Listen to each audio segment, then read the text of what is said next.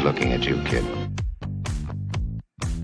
I'm Charles Foster Kane! Hey, Stella! Stuck on this.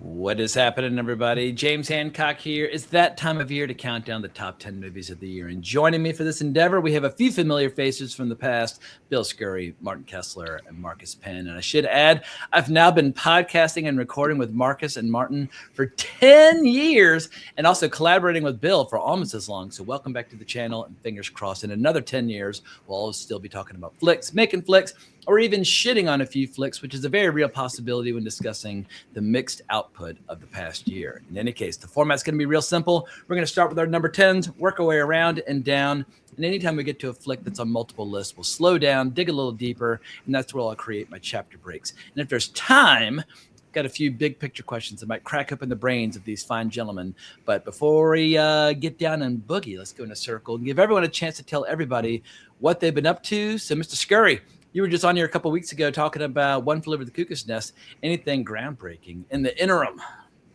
Yeah, I put out, I do a lot of cutting work with Atomic Abe, friends of the program, Kevin Marr and Nick Nadell. So we just released a video about the Stranger Things backdoor pilot. I have no love of Stranger Things, but at least I thought it was fun to, whatever. It was just a nice research stuff to be able to go into this thing because Stranger Things is so fucking popular. At least I got to familiarize myself with a piece of pop culture. I tried recently getting caught up, and I got about 3 or 4 episodes into season 4, which everyone said is like the great comeback season. I was like, this still sucks ass, and there's like 500 characters, half of whom need to die. It was like, in theory, a horror show, but no one ever seems to die. The cast just keeps getting bigger, and the plot keeps getting slower. But Mr. Kessler, what have you been up to? Besides playing D&D with me in the wonderful world of Shadowrun. I mean, that's been great. I'm just starting up a new job I'm really excited for.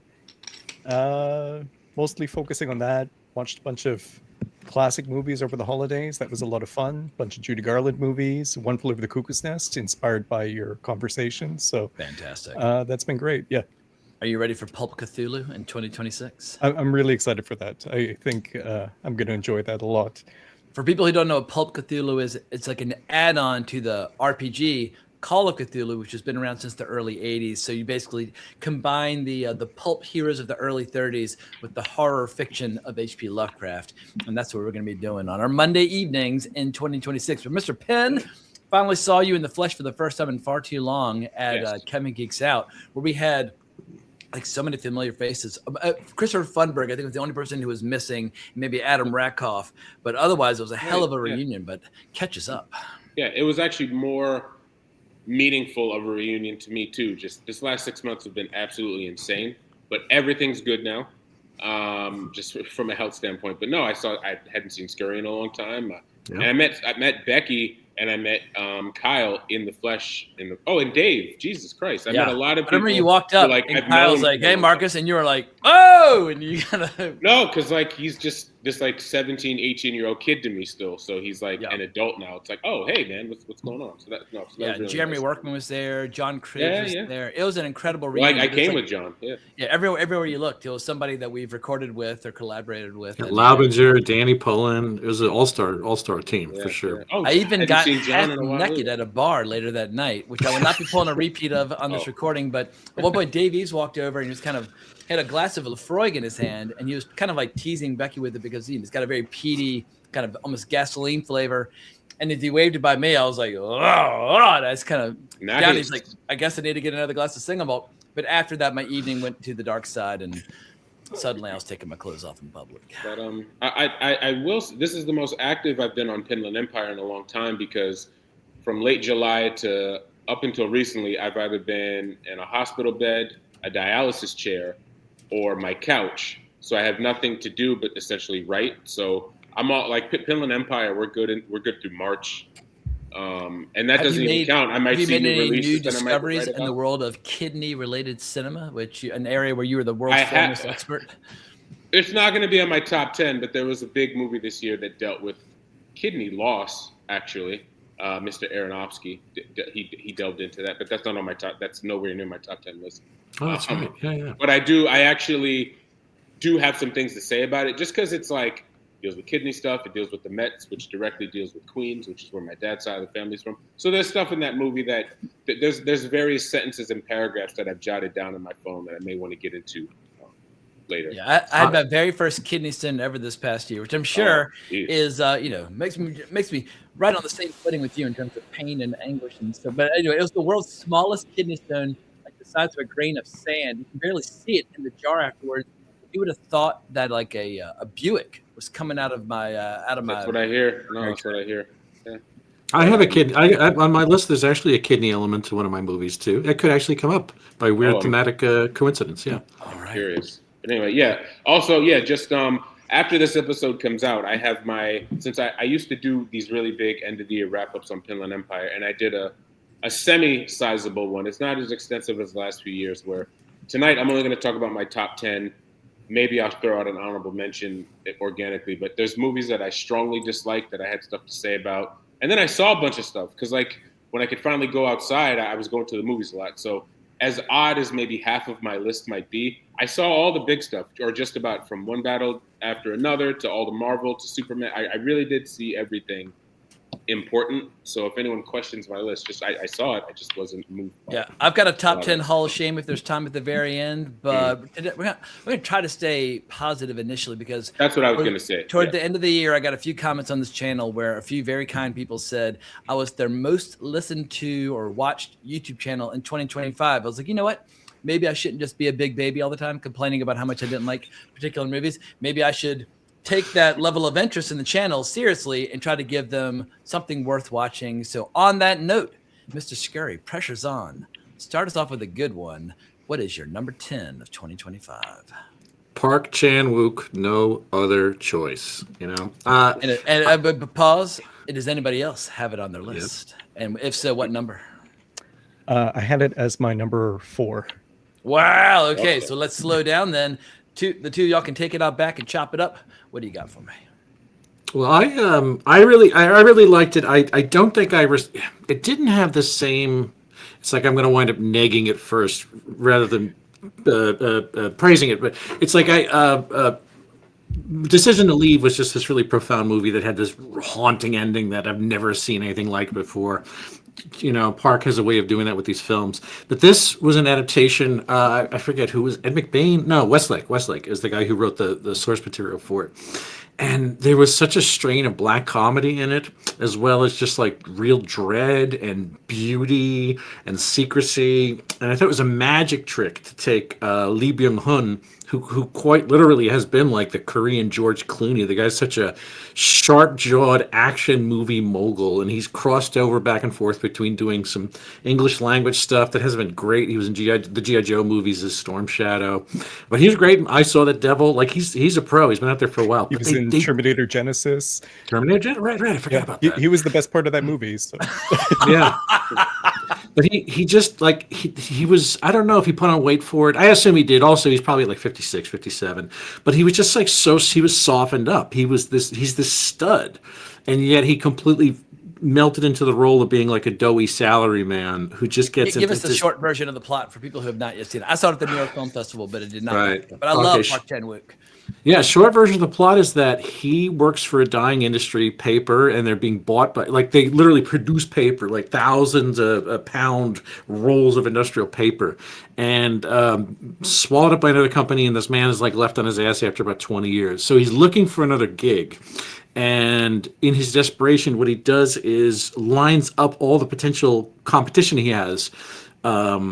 And then he decides to kill the top 2 guys ahead of him, which he feels is going to put him on better footing with a future job that's out there. But it winds up being a very dark kind of like, are you really going to do this? Is this really, are you so desperate and you are left with so few options that homicide is the only thing that's going to make your life better? And, that is a very Park Chan-wookian thing to do. And Lee Byung-hun smushed into the Park Chan-wook machine was a real good fit. And I mean, the movie has such a real I mean, the ending is this. It's not quite as captivating as A Decision to Leave, but it has a really dark gray ending, and it stuck the landing. Yeah, so there's humor. There's there's just real horror. There's some elements of body horror. It's like disgusting things that happen to the human Sex form. appeal as well. His wife at one point, who's trying to kind of manipulate a guy when he's not looking, she slyly removes her bra so that her sweater will be a little bit more transparent. I was like, all right, I like your style. Yeah. So there you go, number 10. Kessler, what do you think? I think you're right that Decision to Leave, it's maybe a little bit better, but No Other Choice really impressed me. I thought for a large section of the movie that he bit off more than he could chew. I'm like, there's so much going on here. There's, deforestation. There's putting family first. There's the dark comedy stuff. There's the, family intrigue. There's all these elements. Automation, and by the end, like you said, he stuck the landing. He brought everything back together, and it felt like, oh, this is really cohesive, actually, and that really impressed me. There's so many great, funny moments in it too. It's got a really fantastic sense of humor. It's a little bit of I'd say it's less of a slow burn than Decision to Leave, but I think it takes about an hour to get to the first murder. And then the pace starts really picking up, and I think it's like 10 minutes to the next one, something like that. But what were the really dismissive comments made by Alexander Payne, I think at the Venice Film Festival, about this movie, where someone said, how come y'all didn't nominate this for this, that, and the other thing? And he said something like, well, it wasn't one of our top 8 movies. Did y'all see those comments that he made? No, I missed that. He's your boy, Bill. So he's my guy. He's my dude. Yeah. Yeah, I think he was on the jury at Venice, but anyway, he had some dismissive comments to make about, or at least I don't think he was trying to be dismissive, but they came across dismissive in print without intonation and whatnot. But I mean, I could see in a different year with a different roster of movies, this maybe not making it onto my top 10 list, but for me, it really worked. It's a film that tackles a lot that feels very of the moment without being annoying about it. There's also a Canadian film connection because I think Don McKellar has a credit on the film. I think at one point he was going to adapt it himself, but that just kind of surprised me when I was watching it. It was like, Don McKellar, what are you doing here? And I don't know, Korea, some of the best films in the world, I think, are coming out of South Korea right now. 100%. And, this is just a great example of that. I think it's the ending, it's dedicated to Costa Gavras, right? Which wasn't on my mind while I was watching the film, but after I'm like, okay, that's kind of an interesting connection to make. And I don't know, maybe if people like Costa Gavras movies, they should check out No Other Choice. Or if you just like, black comedies, good movies, it's a good movie. Yeah, I lean towards like The Handmaiden and Old Boy, like the more outrageous movies. But I did enjoy the film. I just didn't put it in my top 10. But I caught it at the New York Film Festival and laughed uproariously and had a fine time. Mr. Penn, do you any strong feelings about it? It's really good. I only recently saw it, so it's just too soon to assess. But it may change in a couple of months. I did like it very much. Gotcha. Well, that's another thing, like top 10 lists. I know Funderburg, he's a major outspoken critic of doing top 10 lists of any kind. And he's got a point where like the idea of like ranking art, but sometimes it's like, if you're revisiting the movies, the list will completely change. So it's like, I think sometimes people take the ranking too seriously. Like, oh, I graded that movie an 8.5, but that one only an 8.4. It's like, it's a total arbitrary bullshit thing based on your mood at the time. So Funderburg's point is very well taken. But if you revisit some of the movies, like even today, I was rearranging my top 5 as I revisited 1 or 2 from my lists. So it's all about your mood. It's like, what do you want to have for dinner? Oh, like sometimes you want pizza and sometimes you want steak. All right, Mr. Kessler, number 10.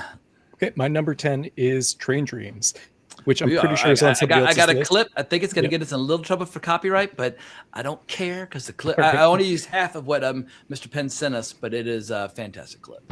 Hey, you'd better hold on to something.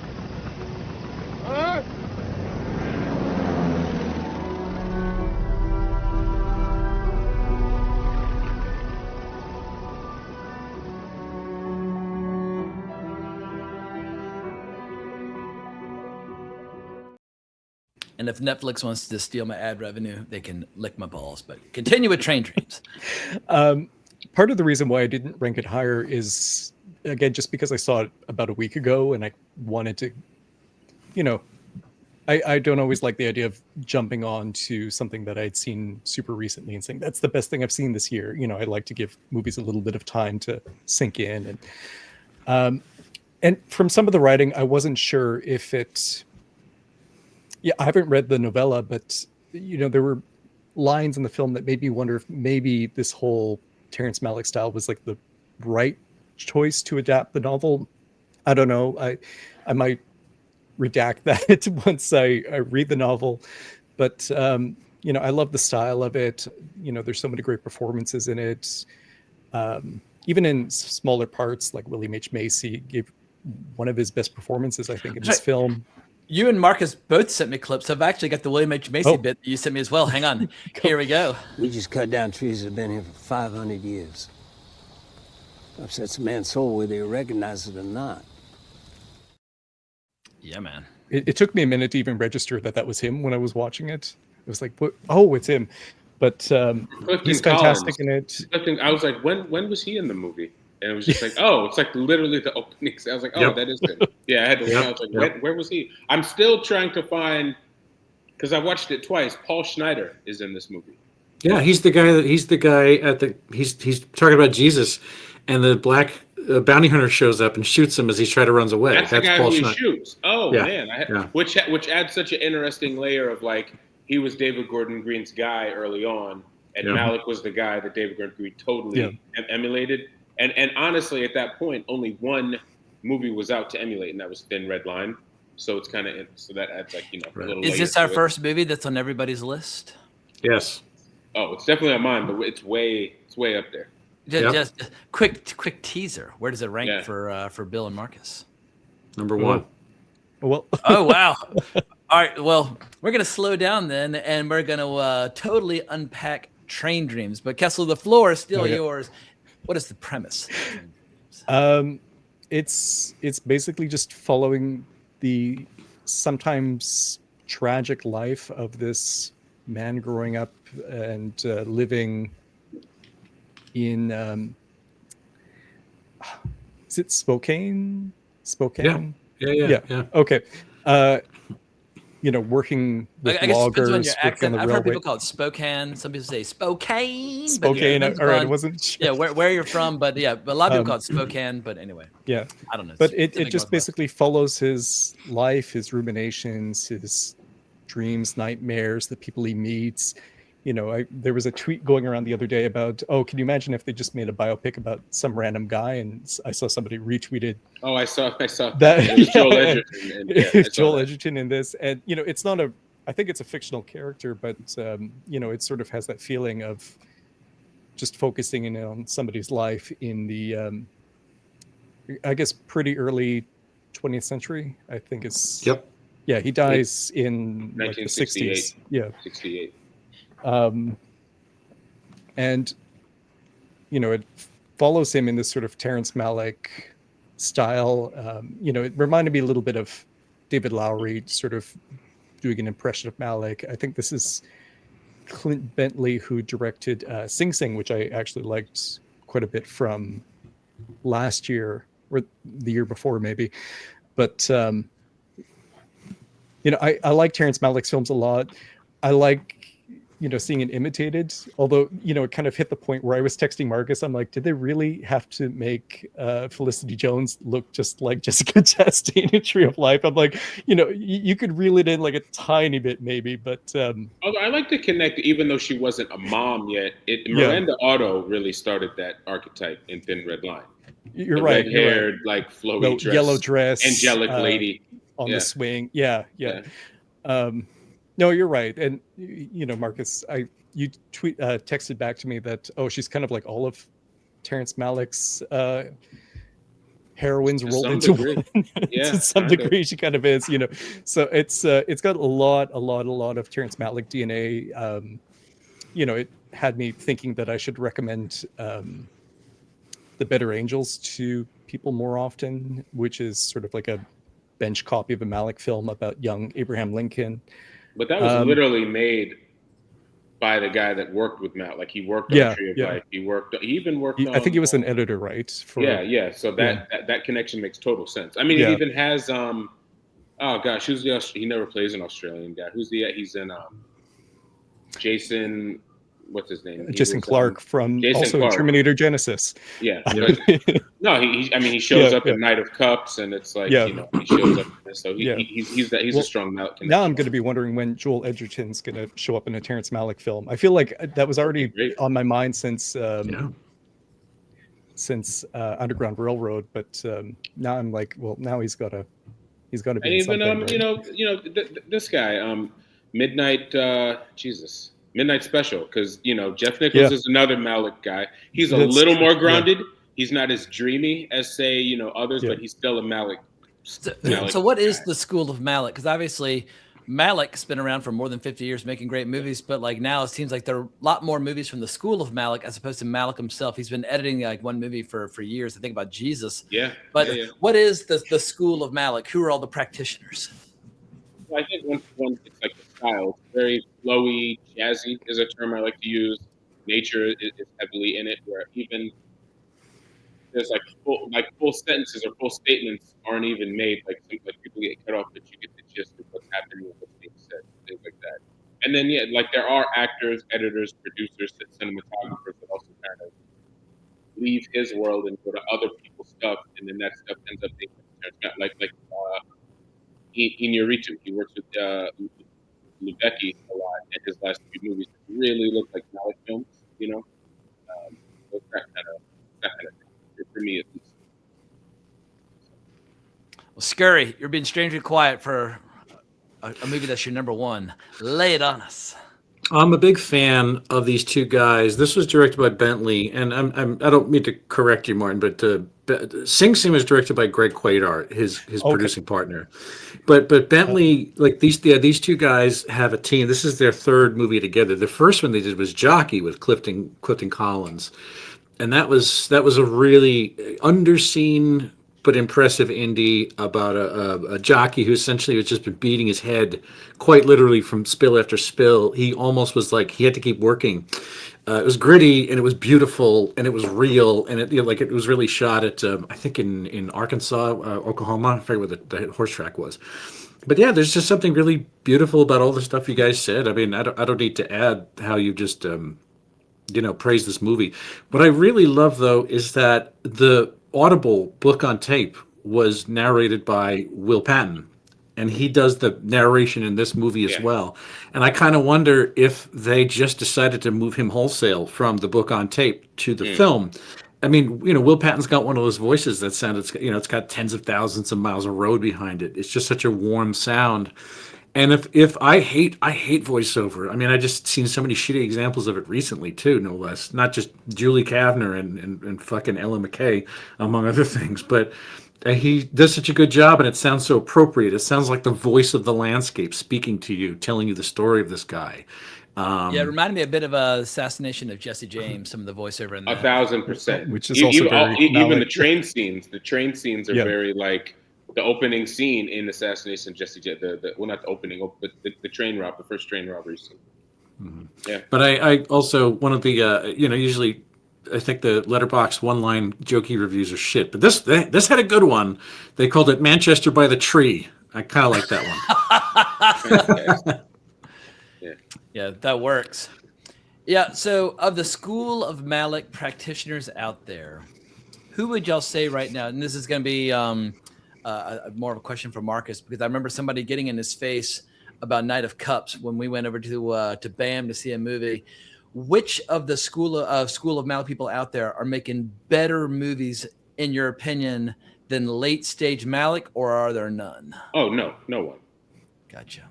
But that style of it's almost like music. There's like the band that really like pioneered a sound, and other people clearly listened to it, did their own thing, but they did it really good too. You know what I mean? Like that's how I like to. I don't think anybody is. I mean, I think the Hidden Life, like as recent as The Hidden Life, that's such a good movie. I don't see anybody making a movie as good as that with that style. But there's people that maybe the closest one I've seen in the past couple of years was for me The Beach Bum by Harmony Korine. But he also, it's his sense of humor. It's also, very Korean, but it does make me wish that Harmony Korine would direct that screenplay that Terrence Malick wrote for him. He keeps kind of mentioning it, and he's off doing like Baby Invasion and oh god, Aggro Drift, and I'm like, just stop doing that stuff. Go up and make the Malick movie. That's the one I want to see. Korine to me is the most interesting student of Malick because everybody is like, I saw The Thin Red Line, and later Korine is big on like Badlands and Days of Heaven. Yeah. Fuck a lot of these newer guys, but a lot of these new directors don't talk about his 70s films. It's all about when he returned to now. There are a lot of people who will not watch a movie that came up from before their birth, and I was right there with those people up until about age 19, where I thought any movie that came up before I was born was automatically just in the ash pile of history. And now I've got the reverse problem where I only want to watch movies that came out before my birth, and I want to like place them on a pedestal as opposed to just looking at them more objectively. But I do not understand this thing when, like, without naming names or an era, so I don't want to embarrass anybody, somebody that I was intimately involved with was going on and on about how much they love Terrence Malick. And I was like, oh, well, what do you think of Badlands? And they're like, what's Badlands? I was like, all right, we got to watch Badlands right now. So we started watching it, and they're like, the photography just wasn't as good back then. I was like, I'm going to fuck you to death tonight. It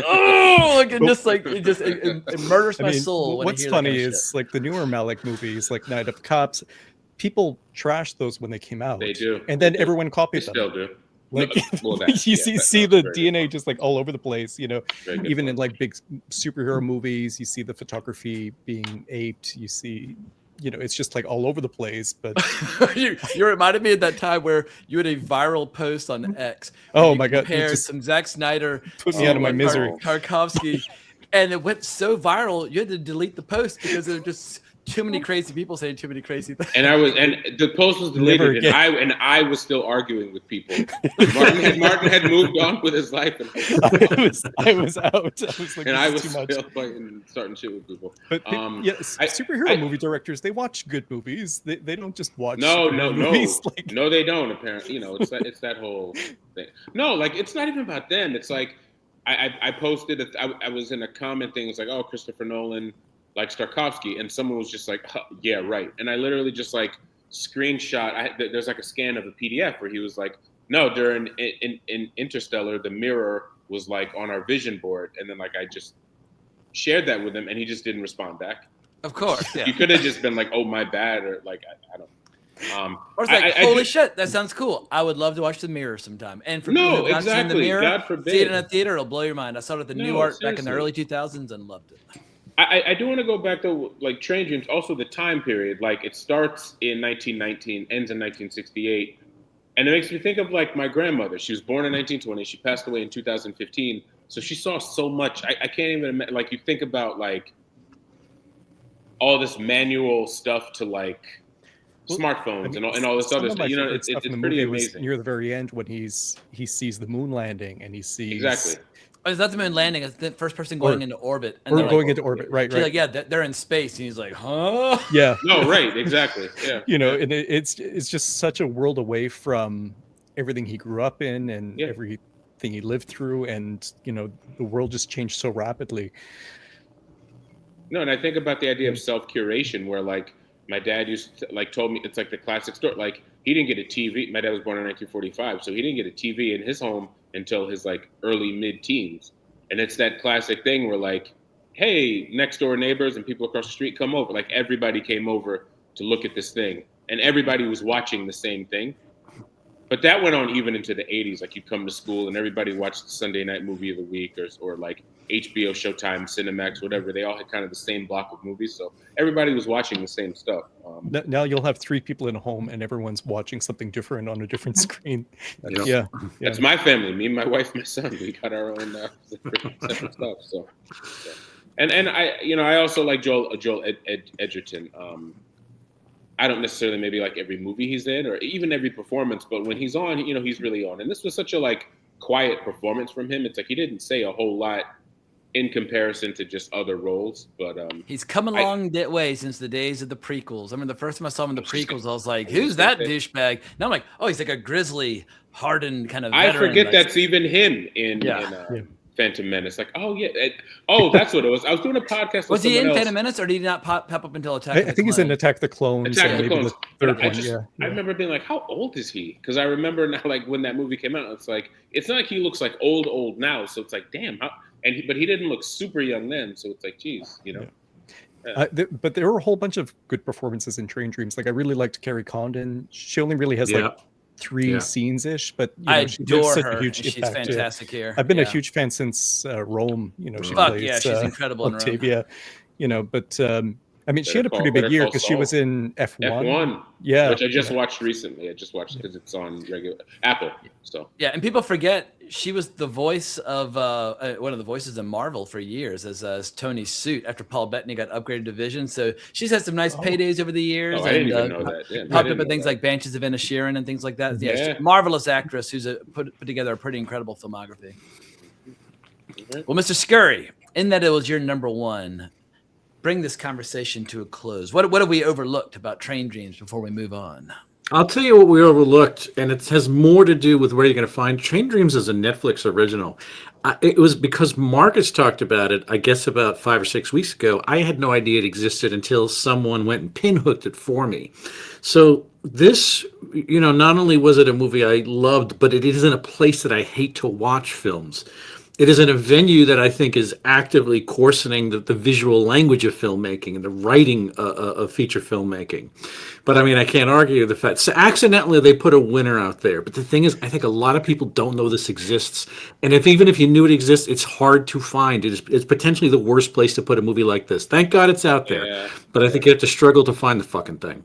Well, also, I just want to add that so many movies this year visually I thought looked bad, and this film looks fantastic. It's one of the best looking films I've seen this year. And yeah, Netflix has the reputation for putting out movies that look you didn't like The Electric State on Netflix? Or not even that, like Havoc seemed cool, but then certain parts was like, this is slop. This really looks bad, but it should have been such a great, because some of the choreography, but then the fight scenes started like, oh, these fight scenes are very well choreographed. But but like shootouts and like run, it's like, wait, what are we doing? Like it was a lot of that kind of stuff. So. All righty, well, moving on, Mr. Pinn. Oh, and I don't think I mentioned earlier, Train Dreams for me is my number 8. But Mr. Pinn, number 10, what do you got for us? I got Eddington. Nice. And this is a movie that technically I only have a top 9 because Eddington didn't work for me all the way, but over these months now, it's kind of like, man, I think that's why I like it. It's I think you can't tackle 2 movies for the price of 1. That you can't tackle everything that this movie does and be like, oh, it's great. Like it's gonna like not hit the mark. It's gonna piss people off. But I think this year was very much like America's messed up, man. Like one battle after another, Begonia, Eddington. I think this was the best of all of those movies, kind of like looking at America, like modern day America and all the problems. I think this is like the best one. And the cynicism behind it recommends it kind of speaks to my cynicism towards like the left liberal Democrat folks nowadays. Well, you sent me a clip and I had to shave it down just a bit due to length. No, it's fine. I hope get the gist won't get me in too much trouble. I'm playing 28 seconds of it because the scene, anyway, it holds up a mirror to society in a delightful way. Michael, do you just not even care about what happened? I'm seriously asking you, not as a cop. Seriously. Yeah, it's an outrage. It's a horrible incident. Nobody hates fucking bad cops more than cops. Bad cops! Evil fucking racist cops! You're wearing the uniform of a system built on hundreds of years of institutionalized racism. You know you got Aryan Nation boys with you. You know that, right? No, Your family's fucking ashamed of you. Michael, not that.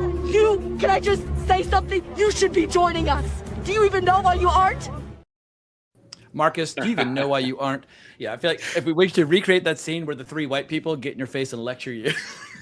Scene, I think that's based on when Shia LaBeouf got arrested. Do you remember that one of the cops was black and he was saying not word for word, but damn near the same thing? Shia LaBeouf was yelling that at a black cop, and that's kind of my thing. I think it's like I don't identify as conservative.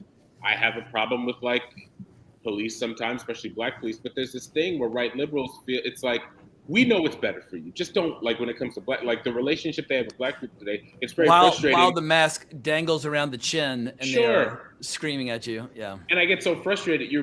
Now I'm at the point where it's like, you're making me defend this black conservative. You're making me defend a black cop. But it's like, it's almost like I didn't realize that our freedom and our rights were so conditional that we have to vote blue no matter who and call Joe Biden uncle and do all this. Like it's fine when we do that. But any type of anything outside, it's like not okay. And that to me, it's like you're getting close to being just as bad as the MAGA people that you claim are evil. But it's like you're doing racist stuff too, just on the opposite end of it. And I think this movie really kind of delved into that.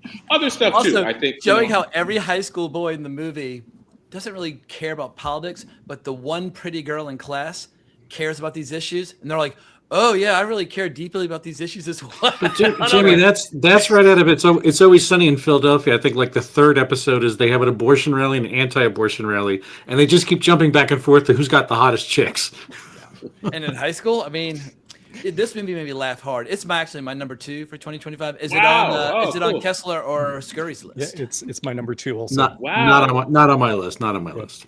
Yeah, so this movie made me laugh harder than any other movie this year, and I think it was. I could quite literally feel like an elephant's foot coming off my chest, where I kind of got a chance to laugh at some stuff that had been, in the back of my brain for 5 years. But that scene with one of those boys from the scene the scene we just saw, where he's explaining to his father how we need to dismantle whiteness and all, and going on and on and on, and his father just looks at him and says, "Are you fucking retarded? You're white." And I laughed so hard and for so long, I missed everything that came afterwards. And for like 30 minutes, I was just sitting there and I would suddenly kind of go, and I would kind of guffaw just remembering that scene. And I would just start cracking up all over again. Yeah, the movie made me laugh my fucking balls off. I really enjoyed Eddington, and it's no surprise to me that it was a big, giant bomb. It's political, it's long, and it's about a year that nobody wants to revisit. But Ari Aster, his chops remain intact, but I do think he needs to, at some point, make a commercial movie, or his career is going to go down in flames. I did want to say 2 other things, too. It's nice that Ari Aster sort of stepped away from, like, the dysfunctional family trope and made even though I guess technically it does kind of, I think Emma Stone's character kind of reflects that, but it wasn't the main, from that short film with the family up through Beau is Afraid, there's a consistent thing. And I'm not even criticizing that. I'm just saying it's nice he did something somewhat, different. And I also wonder if, and I knew this was coming years ago, but Pedro Pascal fatigue hit, and I think it sort of played a role in this too. Yeah, probably. Yeah. So, which I thought it was really good in this movie. Like I think he's overexposed right now, and he's in stuff that, like, maybe he's not perfect for that part. They're just putting him in because he's popular, but I thought it worked really well in Eddington. And it's kind of funny. I think I heard that Pedro Pascal is supposed to be in Todd Haynes' movie about the gay detective that Joaquin Phoenix walked out? Yeah. Now Pedro Pascal's supposed to be in it. That's funny. That's funny. He's swapped out after Eddington. I don't know what the behind the scenes story with that is, but just also the movie taking that big turn around the midpoint, and it's like, I wasn't expecting this. I thought the whole movie was going to be the two against each other as it escalates, and then something happens and the film goes into really interesting territory. I think like some of the big political films this year had a bad case of just trying to tell people what they want to hear. For me, that was kind of my big problem with One Battle After Another. That did not make my top 10. And even as an arbitrary choice, I was like, either Eddington or One Battler is going on my list, and I'm gonna pick a side, so to speak. And I decided to go with Eddington, but One Battle. Oh, so it's on. The thing about One Battle After Another, I think it failed so much that me as a black person is like, I want a movie about the Christmas guys. That's the most interesting. Like, it's almost. I'm not gonna say you failed, but it's like when the black guy wants a movie about the white supremacist underground group. Because that was the only time I was interested. So, yeah. Anyway. By the way, Eddington had. I really like Michael Cook, who played the black cop in that scene, and I didn't realize that he was in my favorite episode of Small Axe. He was in Lovers Rock, which I just never forgotten that since that came out. That's the house party. No, That's I know, him, dude. I know Smoke. I love that whole series. I didn't realize that. Wow, But that one episode was magic. Lovers Rock is magic from end to end. It is. Yeah, I did, and it took me a while. I was like, "That's him." Shit, he looks completely. He's not 70s up or 80s up, so it looks a little different. They did back in the day. Interesting. All right. Yeah. Okay, cool. But I think years from now, when somebody says like, which flicks capture summer 2020, I'll either tell them watch Tiger King, even though it's not about 2020, but it's what we all watched during 2020. So that Tiger King kind of sums up where our heads were at that time. We were all cooped up in our homes. Or watch Eddington. And one battle after another does, once again, hold up a mirror to like the craziness of the modern age and that sort of thing. But the more I think about one battle after another, the less I want to revisit it. But the more I think about Eddington, the more I want to revisit it. And also, I would gladly sit down and watch Eddington for the first time with anybody who hadn't seen it. Whereas one battle after another, I'd be like, oh, I would kind of like, kind of groan about the prospect of watching it. Whereas with Paul Thomas Anderson, There'll Be Blood or, Boogie Nights, whatever, I'll happily watch those 600-700 times with a big smile on my face each and every time. But Mr. Kessler, what else about Eddington have we not gotten to? Obviously, it's a big, giant topic, and I don't want to get lost in a 3-hour breakdown of the summer of COVID because it could easily derail the whole episode. However, Ari Aster is one of our big directors. I think like a lot of people have kind of talked about it as like a right-wing versus left-wing movie. And for me, I didn't even really see it that way. It was more just about how people exploit political crises, political division to their own benefit, whether it's a kid, repeating left-wing rhetoric to hit on a girl, or if it's on a much larger scale. And, I think some people have maybe misunderstood the movie a little bit. I mean, it's funny to me how many people would come away from Eddington and say, oh, that movie's so stupid, the Antifa terrorist attack at the end. But I'm like, that's not what's really happening. I think the film kind of asks. I agree. I had the same. Everyone goes to that scene. It's like, I'm out because of that. Well, but it's always that scene. The film tells you like over and over again that like, people misdirect you and exploit these political divisions, exploit your kind of instant reaction, like rage bait or any of that stuff. And, to me, the movie is almost saying like left wing, right wing, the real winner of all this is just going to be big tech. And, a lot of it's very funny in like a mean way. At the end, Joaquin Phoenix becomes a literal brain dead politician. Right. And, I'm not American.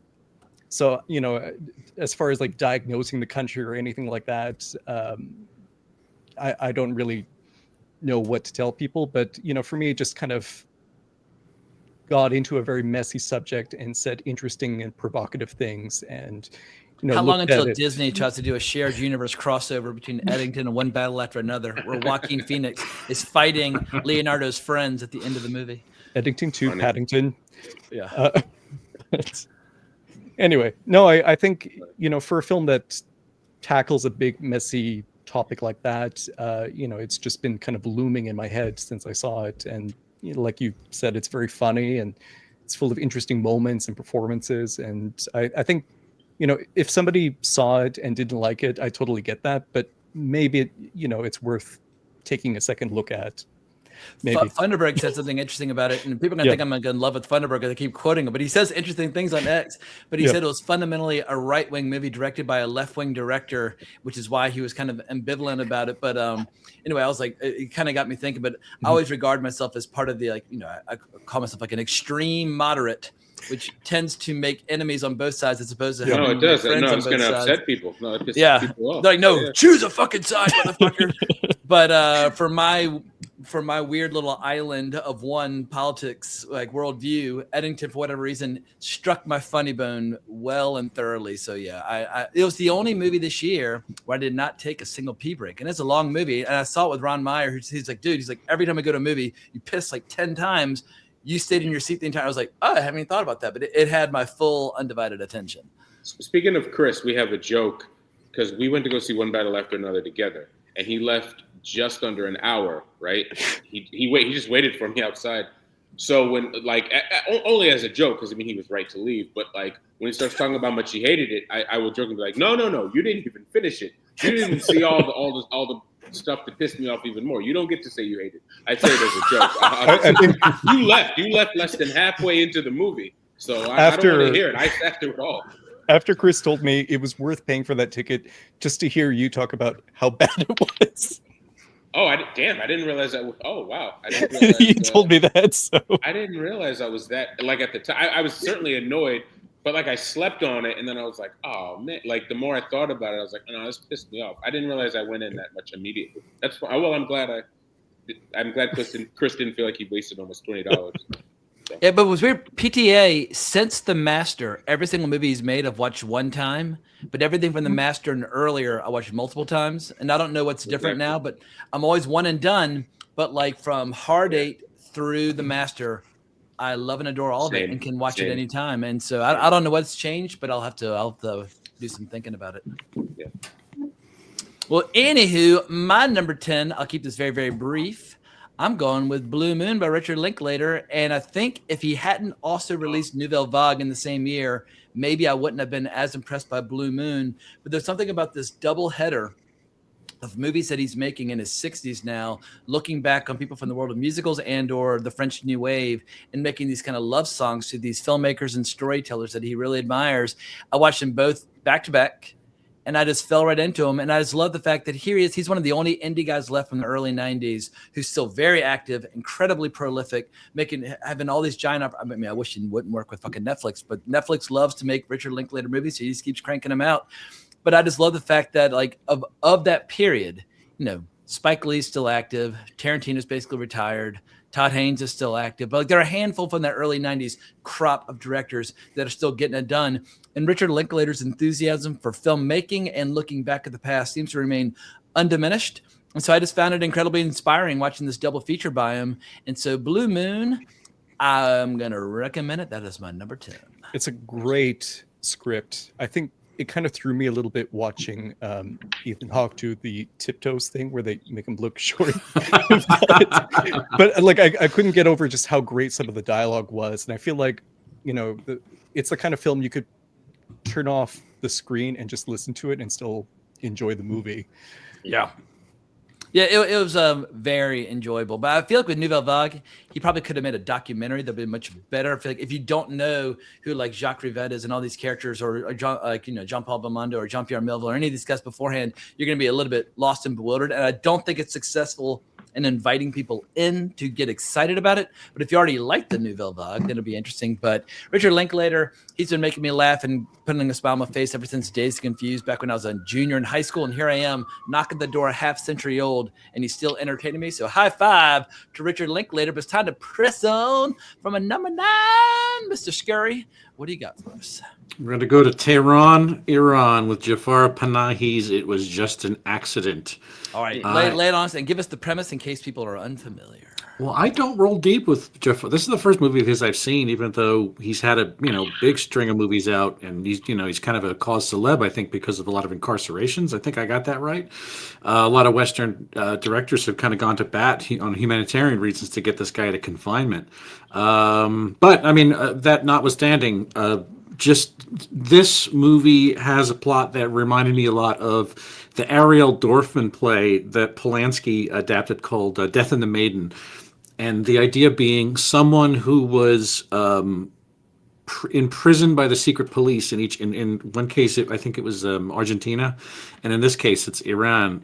This one guy, this sort of schlubby gas station attendant, happens to recognize the gait of this guy who comes in to get his car fixed. He drags his foot behind him in a very particular way, and it fills this guy with just absolute terror.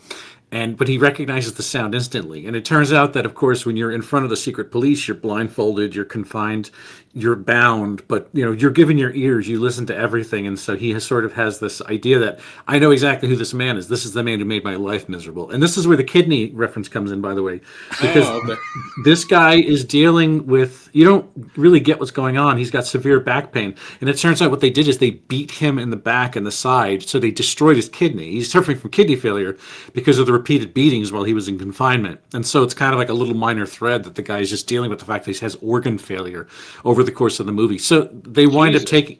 They wind up taking. A caught stealing side by side because literally the same. Yeah. Yeah. So they take this guy hostage. The gas station attendant takes the secret policeman hostage, and the guy says, "You got me mistaken. I'm not." It's just like Ben Kingsley did in Death and the Maiden. He's like, "You got me confused. I have nothing to do with that. I'm just a dad from the suburbs of Tehran." And so a couple of people wind up all coming together to confirm that each of these people have a network. They get a group of people who all knew the gate, and they said, "You need to confirm. We can't kill this man unless we're all positive this is who it is." So it's got a real darkness to it. And I mean, somehow it was made in Iran and it got out, and it's simple, it's profound. I saw these actors are incredible, but none of them had any work before this. The actors are all playing characters named after their names, but there's technique, and there's no technique somehow. The actors are still playing just very verite type things, and yeah, it never stops. There's even a bit of humor. There's even a beat of humor in it too.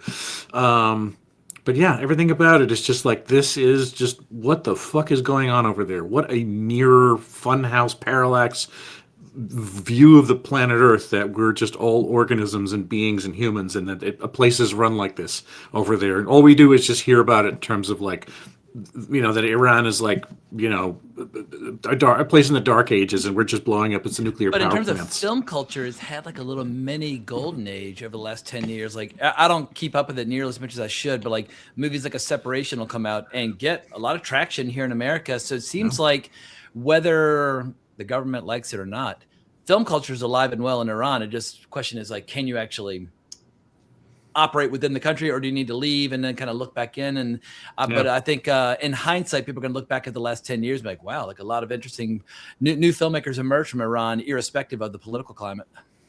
Yeah, I mean, we just don't get a look. Ebert said that movies are empathy machines, right? And it's like, we just don't get a look at Iran. We just don't get a look at Tehran unless you watch these movies from like Abbas Kiarostami or Jafar Panahi.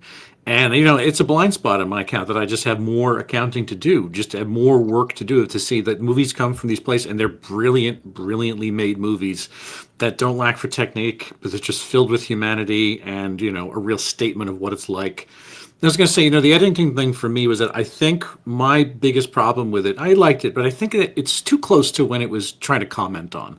I think that Eddington, for me, maybe it would have sunk in if it was 10 years later rather than like 4 or 5 years later. And yet this is commenting on what's going on there right now, and it's just the currency of it is what just stabbed me in the heart. There's just something about it. It's like, well, let's talk about it now, because it's happening as we speak, and this is exactly the climate inside Tehran. So I welcomed it. In another case of the movie, it bothered me about Eddington, but it worked fine here for some reason.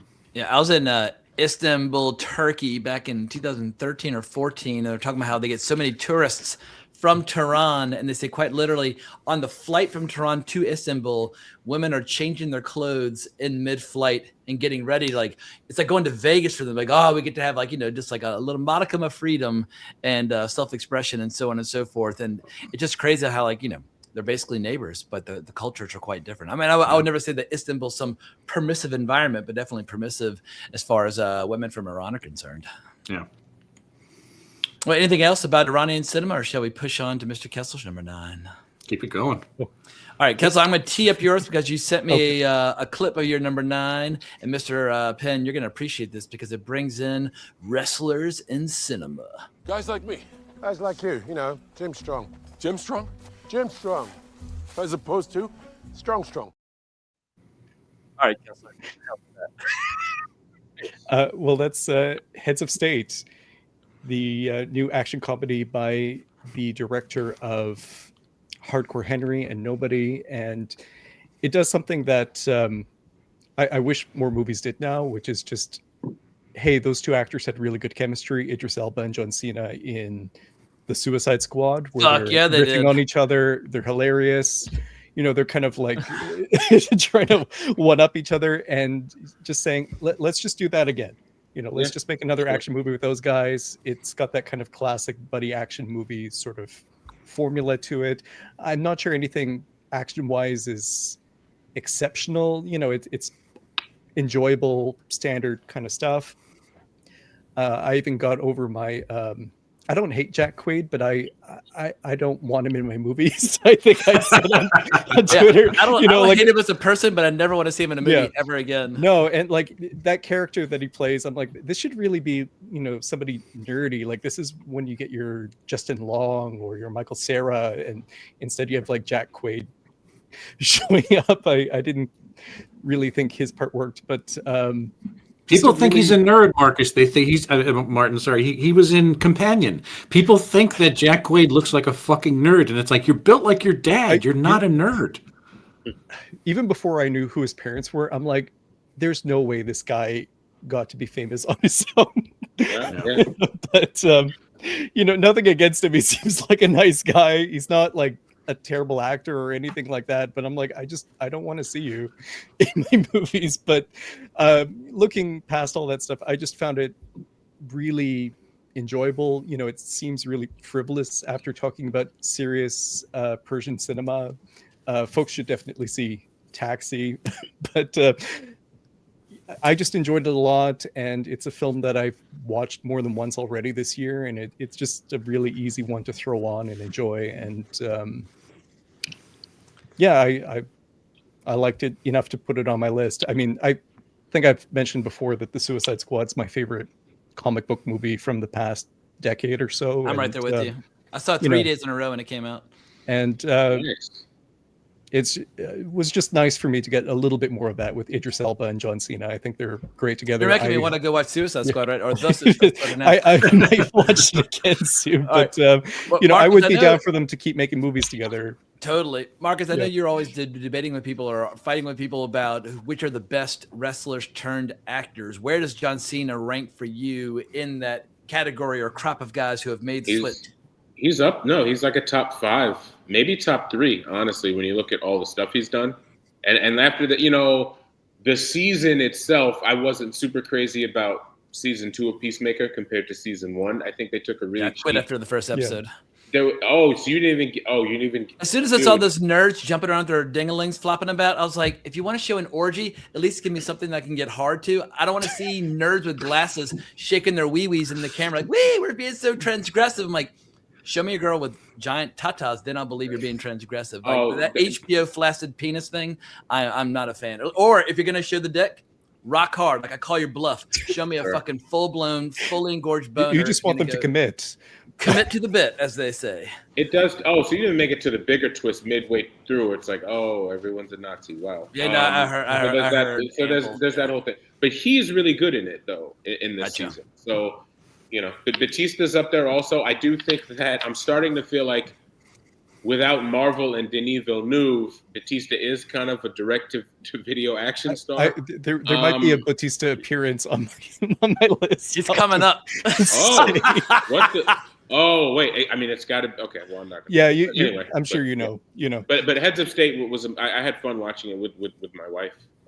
So yeah. All right. Yeah, I mean, more. It's funny, like in the 80s and 90s, Marcus and I, one of our first podcasts we ever did was the Ebony and Ivory podcast, where we talked about all the movies with like the black guy and the white guy teaming up, whether it's Blazing Saddles or Lethal Weapon or whatever. It wasn't our first, though. Our first was Guy It wasn't Madden. our first, it was one of our early ones. I think our first was Guy Madden, which was like 10 years ago, almost to the day. Yeah. But it is a great format. Or even if like, like Rush Hour, you have like, the Asian and the black guy teaming up. It's the buddy format or the buddy formula. It's a classic. It has worked since like Butch Cassidy and the Sundance Kid. I don't know why it's not used more often. Which, I got to say, this gives me a chance to shout out one of my honorable mentions. It's way too long. Doesn't need to be that long. But The Accountant 2, they just completely abandoned the style and vibe and tone of the first one. And we're just like, let's add more John Bernthal. We'll play heavily on the fact that they're brothers. And we'll just make like a buddy action movie. And it worked. Again, way too long, but I still did enjoy it. But Bernthal's great. He was. So was Affleck, I like that. Yep. But, yeah. All right, Mr. Pinn, let's keep it going. My 9 through 7, my 9 through 7 is going to go by really quick. You can't call me inconsistent because 2 of his movies were on my top 10 last year of this very podcast we did. Connor O'Malley's Slugs. Okay. Yeah. And it's also free on YouTube. He's got this weird cross section where like he's a writer for Seth Meyers. His wife was one of the more popular stars on SNL. So he has this like connection to like more mainstream stuff, but he does super weird stuff. And I'm convinced that this movie everyone like thinks that they get it right away. It's like, oh, it's like a surreal, jokey commentary on people and gadgets and technology. But I think he's making fun of people who say everyone's so attached to their phones. I think he's making fun of those people. I think that's the point of it's just like everyone's just doom scrolling and on their Instagram and Facebook. And I think he's making a parody of those people. So he's anything he does, I like, friendship. Give people the short list of the essentials that are coming over the last couple of years, just because I feel like he's kind of a huge blind spot for a lot of people, myself included, apart from what you've told me about. So there's Rap World, and then there's Corey's, Jesus, yeah. Corey's was fucking incredible. Yeah. So he's been doing a lot of really cool. Rap World is like the closest to like a cinematic, because that's like the longest of all of it. The only if someone were like, I can't sit through this, I'm not going to be like, huh? Because it's very much in the style of like a Harmony Korine dogma film, where like the movie is almost like a found footage film. A lot of shaky stuff, a lot of scenes where people are in cars holding a camcorder. But yeah, I think he's doing some of the most interesting stuff recently in the last couple of years. He shows up in Friendship, which is a movie that was overall disappointing, but his like couple of scenes were like a highlight for me in that movie, and some other stuff. There's a cut sequence, they let it run on YouTube, of just him and Tim Robinson going at each other. Honestly, there's no greater joy in life than the two of those guys, and they had the same thing in Detroiters too. Those scenes are magic. They're magic kismet. No one gets to that region that Conor O'Malley does. It's so distinctly his sound, and as scary and fucked up as he gets, it's never not funny. It's always the right tone. I don't get it, but he does it. There are green shoots in the universe right now suggesting that comedies are trying to make a comeback, because I feel like this year there were like 10 big stabs.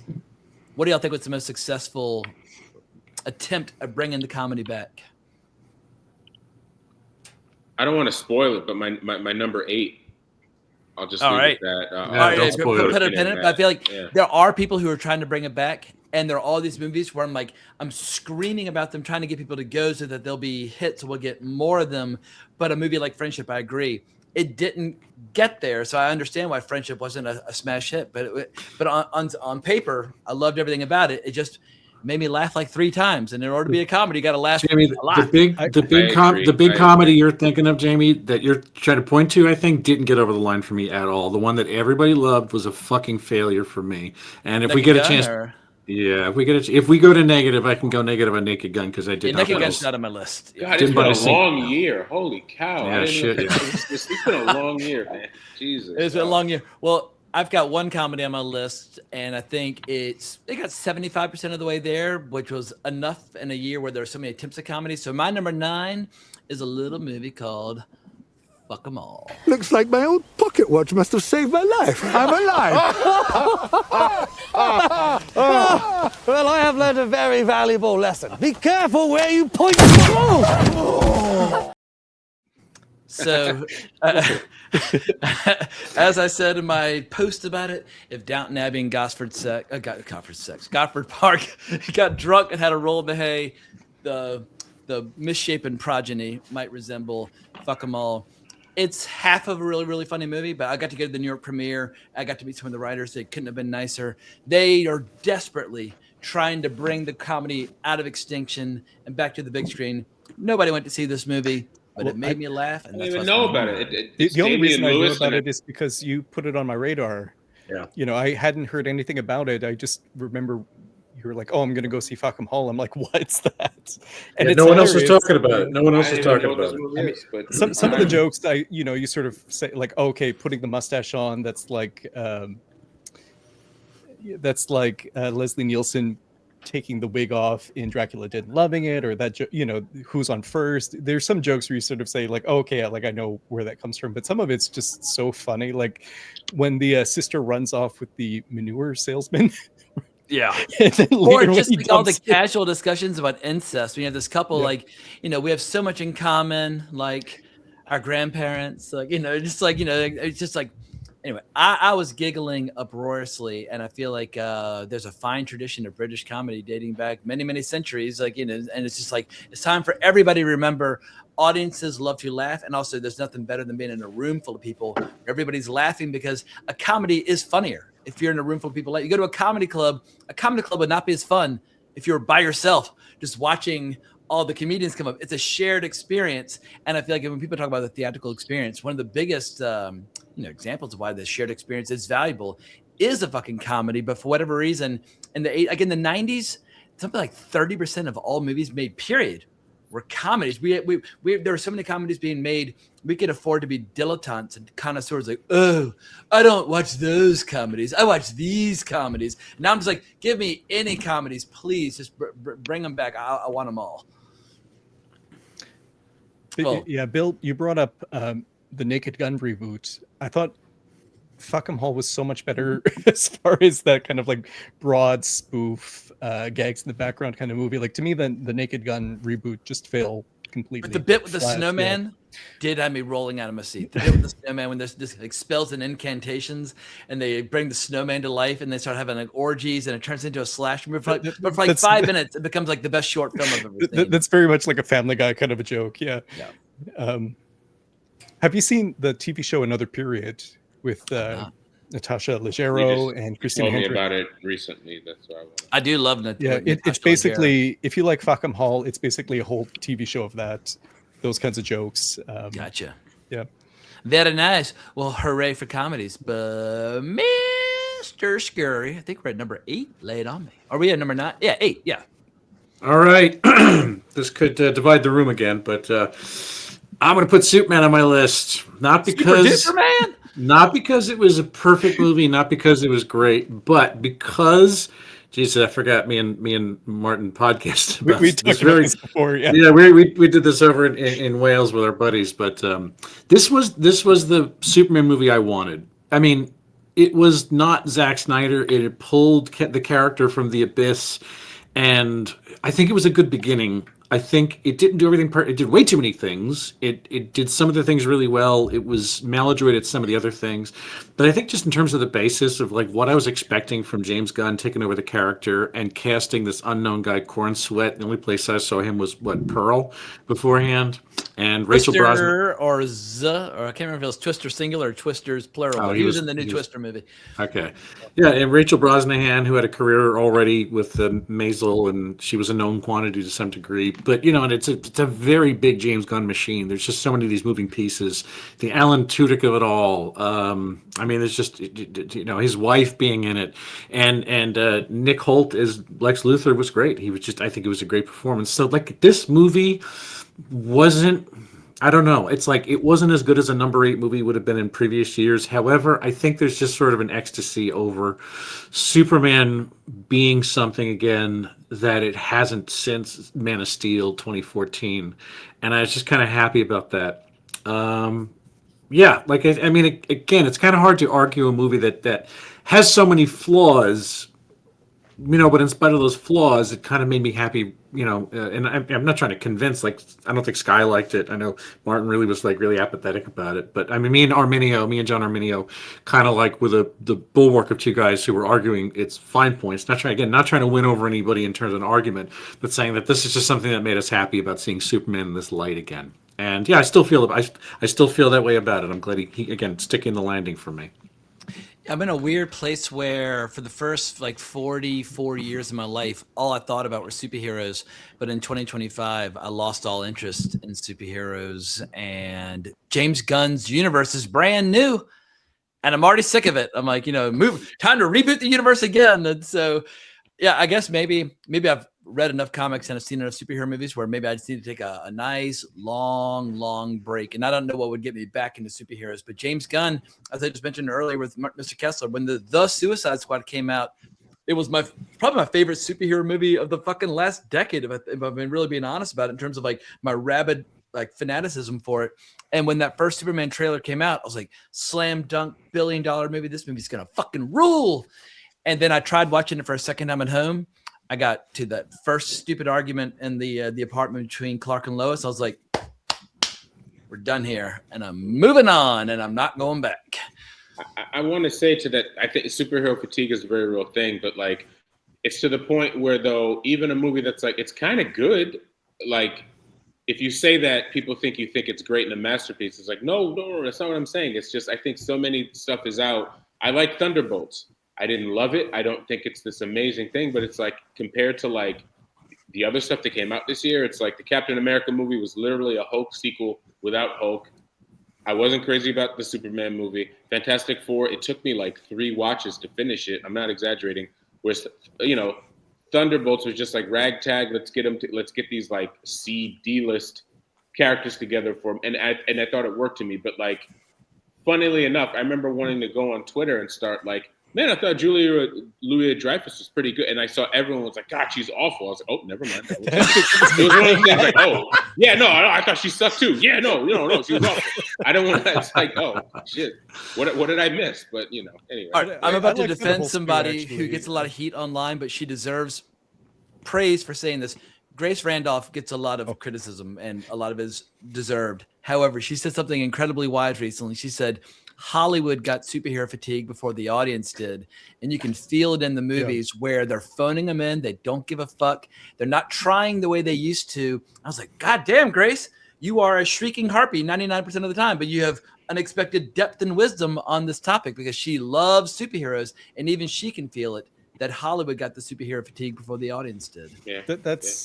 I really felt that with the Fantastic Four movie, especially where I was trying to talk myself into liking it. I was like, come on, Martin, you like this, right? No. So it got less traffic on Disney Plus than the Marvels. That's how people can, it was a hit. It was a big giant hit. Yeah. Like, then how come on Disney Plus, nobody's watching? But yeah, Thunderbolts, it does feel a little like, Marvel trying to do a Suicide Squad type thing. And, there's parts where I kind of wish that it could have had the R rating that the Suicide Squad had. Like, there's one part where the villain starts making people, I thought he was just like disintegrating people for a minute. I was like, oh, whoa, this actually that seems pretty first intense. Where David Harbour, I think that's where he goes to the little girl.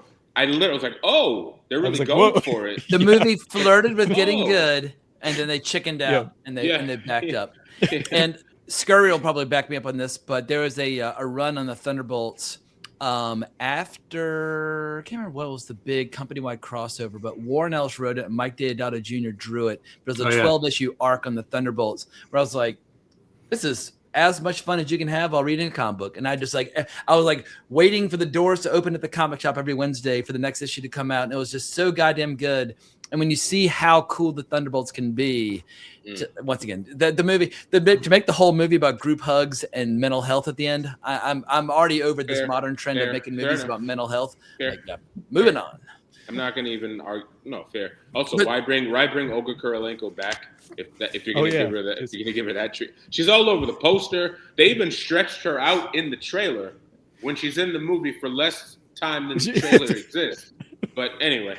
I think it was supposed to be, again, like the Suicide Squad where, you have all these characters introduced and then you feel like, whoa, I can't believe that they're killing them off. But like that was just the one that they had so that they could kill off. But I'll back up Scurry on this. I think that Superman was better than every Marvel movie this year. And that's like backhanded praise. But Scurry, underline the most exemplary qualities of Superman. Make me a believer that a man can fly again. Well, there was, I think that James Gunn, him being a product of St. Louis, as we like to say on this podcast, there is a sort of, for all the sophistication of the young punk who went to work for Lloyd Kaufman and the guy who started off, great. Yeah, PG porn, and he kind of had the pink hair and all that shit when he was married to Jenna Fisher. I think there is not an obedient kind of son of the Midwest, but there is somebody who is, I think, a lot more heartland and able to tap into these things in a non-cynical way than you might think from a guy who had such a sort of studied disobedience to his origin in feature film. Clark's parents were insufferable.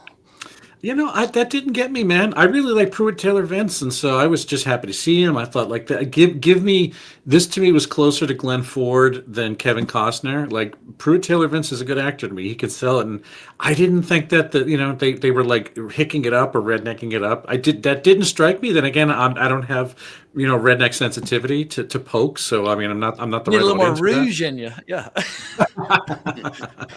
Yeah, my But I mean, stepdad if somebody's a total redneck, my stepdad be like, man, that guy's Trey Rouge. I'm like, Trey Rouge. I like that. Yeah. It's like if you're gonna, our meter stick is still gonna be, Donner doing Superman with Christopher Reeve, Or the Fleischers. The Fleischers. I mean, you cannot find better Superman than the Fleischers. No, it's true, and I think the four guys in this podcast are probably the most likely to bring that up as your archetype of Superman. It's definitely impressive, but it doesn't come out as quickly as that's not being shown as a Bible the way Christopher Reeve, Gary Frank was drawing Superman as Christopher Reeve all through the early 2000s in the comic book. It's like when Jeff Johns was writing it. Yeah, it's archetypal for a reason. They put this stuff out there. They had some good arcs with Brainiac and people like that. Yeah, it was great. And I actually liked it. That was last week they announced Lars Eidinger from the Olivier Assayas movies as Brainiac. I'm really excited about that casting. I love that guy. That's really good outside the box stuff. So yeah, he was good in Irma Vep. See some Marcus and I both saw Irma Vep that show, but he was hilarious in Irma Vep. Yeah, he's good. He's all these Mexicans taking our jobs. Have you ever had a Mexican take your job? No. Like it's such a that one interview scene in Irma Vep is so funny. Yeah, I will see the Brainiac flick. It just I'm cooling on James Gunn, and I used to worship at the altar of James Gunn. From basically Slither through the Suicide Squad, I ranked him amongst my favorite active filmmakers. But Peacemaker, Season 2, and Superman, I'm definitely adopting an attitude of what have you done for me lately? So anyway, Mr. Kessler, and brighten my mood. Don't let me sound like such a curmudgeon. Give us something good to talk about. Okay, I mean, I feel like I'm in a similar boat with Bill for my number 8, which is, maybe in another year this wouldn't make the list, but my number 8 is Sisu 2, Road to Revenge. I like the first one a lot. I don't think this one's quite as good as the first one, but it's that kind of classic adequate sequel that you sort of want when you really enjoy a film and you're like, oh, they're making another one. And Stephen Lang is the Soviet villain, the Russian villain, and they kind of put him head to head against Yorma Tomila, whose character is not named Sisu, even though that's what I keep calling him. Sisu just means like Finnish fighting spirit and resilience. The character has a name, but like in my head, it's like Johnny Sisu. Sure. And like I think. For such a simple script, there's like moments where I was like, wait, the reason for them bringing his the logs to build his home with the train at the end, I'm like, that seems a little flimsy. Or wait, why do they want him alive? Like, I think compared to the first one, I'm like, oh, this script is a little less solid, but it's just so much fun. The creativity's in the action set pieces. It goes. I mean, the first one got over the top by the end. This one kind of starts over the top and by the end gets to like Buster Keaton, Wile E. Coyote territory. But it's so much fun. And, there's a sense of humor to it. There's one part where he's crawling through broken glass and especially sort of like, well, how could they get grosser than this? And then he gets his finger caught on a mouse trap. It's very funny. Like I think the director, Jalmari Helander, there's always lots of humor in his stuff. He's like a real genre movie kind of a guy. And what's funny, if you watch the behind the scenes for the first Sisu film, he's talking about Westerns and he's talking about, all the movies that he's inspired by. And then, it cuts to an interview with the actor, Yorma Tomila, and he takes it so serious. He's talking about like his father in the war, and he's super serious about the character. And I think something that in that film, the juxtaposition between his seriousness and the kind of over the topness of everything else just really works well for me. And the second one continues that and pushes it a little bit further. Stephen Lang, it's kind of funny that now he's got this like tough guy persona because, I mean, I guess ever since Avatar, because he those weren't really the kinds of characters he played before. Oh, the weird thing, I didn't like the latest Avatar, but I liked him, and I think he was better in the new Avatar than he was much in more CC2. charismatic than the main character in Avatar. But he was the first Freddie Lounds in Manhunter.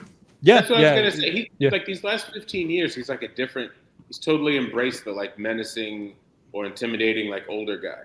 Yeah, you know, I like even it. early, in Public Enemies, there's a great scene where Marilyn Cotillard is being interrogated, and then it gets a little physical, and he comes in the way he just like stops the police officer from doing jacks him. Like he doesn't say a Was lot. that before or after Avatar? That was just before. That was just before. Okay. Just the scene where him and John Fry get off the train and they're just walking. Like again, like that's another movie that doesn't work start to finish, but it has its moments. Yeah. And like, neither of them say much in Public Enemies, but they just kind of show up, kick ass, leave, kind of thing, you know. Yeah. And also, just the first Sisu movie, he fights the Nazis, who are the best movie villains of all time. But in this one, he fights the Soviets, who are the second best movie villains of all time. So you know, it's fun just watching him kill 100 Russian people. I should have worn my "Hey Moscow Up Yours" T-shirt from the Highlander, which I was considering wearing it earlier, but I had to wear this one instead because my my favorite MMA podcast is sadly it's going to continue, but the hosts are splitting up due to one getting an opportunity that he can't turn down. So, shout out to Brian Campbell and Luke Thomas, who've been running this podcast about MMA for years. But anyway, I almost wore my Moscow Up Yours shirt, but yeah, I love that guy. That would have been a good one for this, but. Yeah, I think also just, you know, considering some of the things in geopolitics right now, thinking about people in Finland, you know, there is something like a little bit more timely about this one, which I liked. You know, very creative set pieces, lots of fun, over the top nonsense, great time. So. That's why I made my list. And this was kind of the one that I kept sort of slotting in and out of my lists. You know, at one point Phoenician Scheme was in this spot. At one point Final Destination Bloodlines was in the spot. It was just kind of like the one that ended up getting onto my list. But and it was a year with a ton of action. You had Mission Impossible and Warfare and Havoc and The Accountant 2 and Black Bag, The Gorge, Running Man, Nobody 2, Ballerina, Working Man. I mean, people are making a lot of action, but I think Sisu 2 might be my favorite of the bunch. It's delightful. All right, Mr. Pinn, Ocho. This one's on my list because of James. I saw him tweet about the trailer, and I was like, "Oh, this looks like something I might like," and I liked it very much. Rats. Oh yeah, very cool! Exclamation with an exclamation point. I mean. Micro budget, weird fucking movie from the middle of nowhere in Texas, but I did laugh uproariously watching Rats. Which, speaking of the micro budget, it obviously you could see that you could tell there wasn't much of a budget, but it still looked like a movie. Like it wasn't like they didn't cut corners on the look of it. And it's one of those things too, where like if you ask me, what's this about? It's like there's a lot going on. Hans. The way they say hand, yeah. But it's somewhere between. It's like the link between Repo Man and Dude, Where's My Car? It's like the ultimate triple feature between those movies. It's science fiction, it's murder, it's nuclear stuff going on. Like there's a lot going on in this movie, but it sort of has. It's so cliche, but like it had that punk rock spirit. You know what I mean? Totally. Like DIY. It had that late '90s. Couple filmmakers in the middle of nowhere in bumfuck Texas getting together and getting their friends together and just making a weird fucking movie where that sense of humor has probably been embraced by that circle of friends for years, and now they're just sharing their brand of humor with the outside world. It's one of those, I could tell there's lots of inside jokes in this movie. Yeah, I'm sure the Hans thing came up when they're in high school and they've just been keeping it going ever since. It was also nice. The director found me on Instagram and like thanked me for my words on it. Nice. That was really cool of him, but yeah, it's just like a fun movie. Definitely not for everyone. Again, when I post, that's for me and you and about 3 other people. Exactly. When I post my top 10 and have all my categories, you'll see the category that it's in and why. But yeah, and again, and it's a comedy. It's other stuff too. It's sci-fi and all this other stuff. But at the end of the day, it is a comedy. It's a very funny. And movie. when I started watching it, I was like, I could feel my butt rising from a seat for like the first 10 or 15 minutes. I was like, I made a bad decision coming to see this. And then suddenly that fight scene in the bathroom started. I was like, oh, it's fucking hysterical. It took me a little while to kind of get it. Yeah. And it's not consistently great from start to finish. But once I was on its wavelength, then I had a great time. Sure. That's a good recommendation. Everything you're saying, I didn't see this movie, but that reminds me when I saw Owen Klein's Funny Pages, which just like completely crushed that year, and it's like, oh, this is the one of those. It's aging really well. Yeah, this is the one movie that is this. And it's like you really got to jump on them when you see those movies. That's a big Funny thing. Pages, I think it's the best movie ever made to capture the real comic book culture. Oh, We've had so many movies about superheroes and comic books, doubtlessly, blah, blah, blah. doubtless. That was the movie where I was like, this is what it's like to be in a comic shop in Greensboro, North Carolina in 1986, when like 5 people in the city are reading comics. Those are the guys you hang out with because they're the only other people that are on your wave. What is it called? What is it? Funny Pages. Funny Pages. It's like I think it was 2 years ago. Funny Pages. It's Kevin Kline's son, his inaugural feature. Owen Kline, Nepo maybe, but however he came with the goods. It was really, yeah. Anyway, okay. Off topic.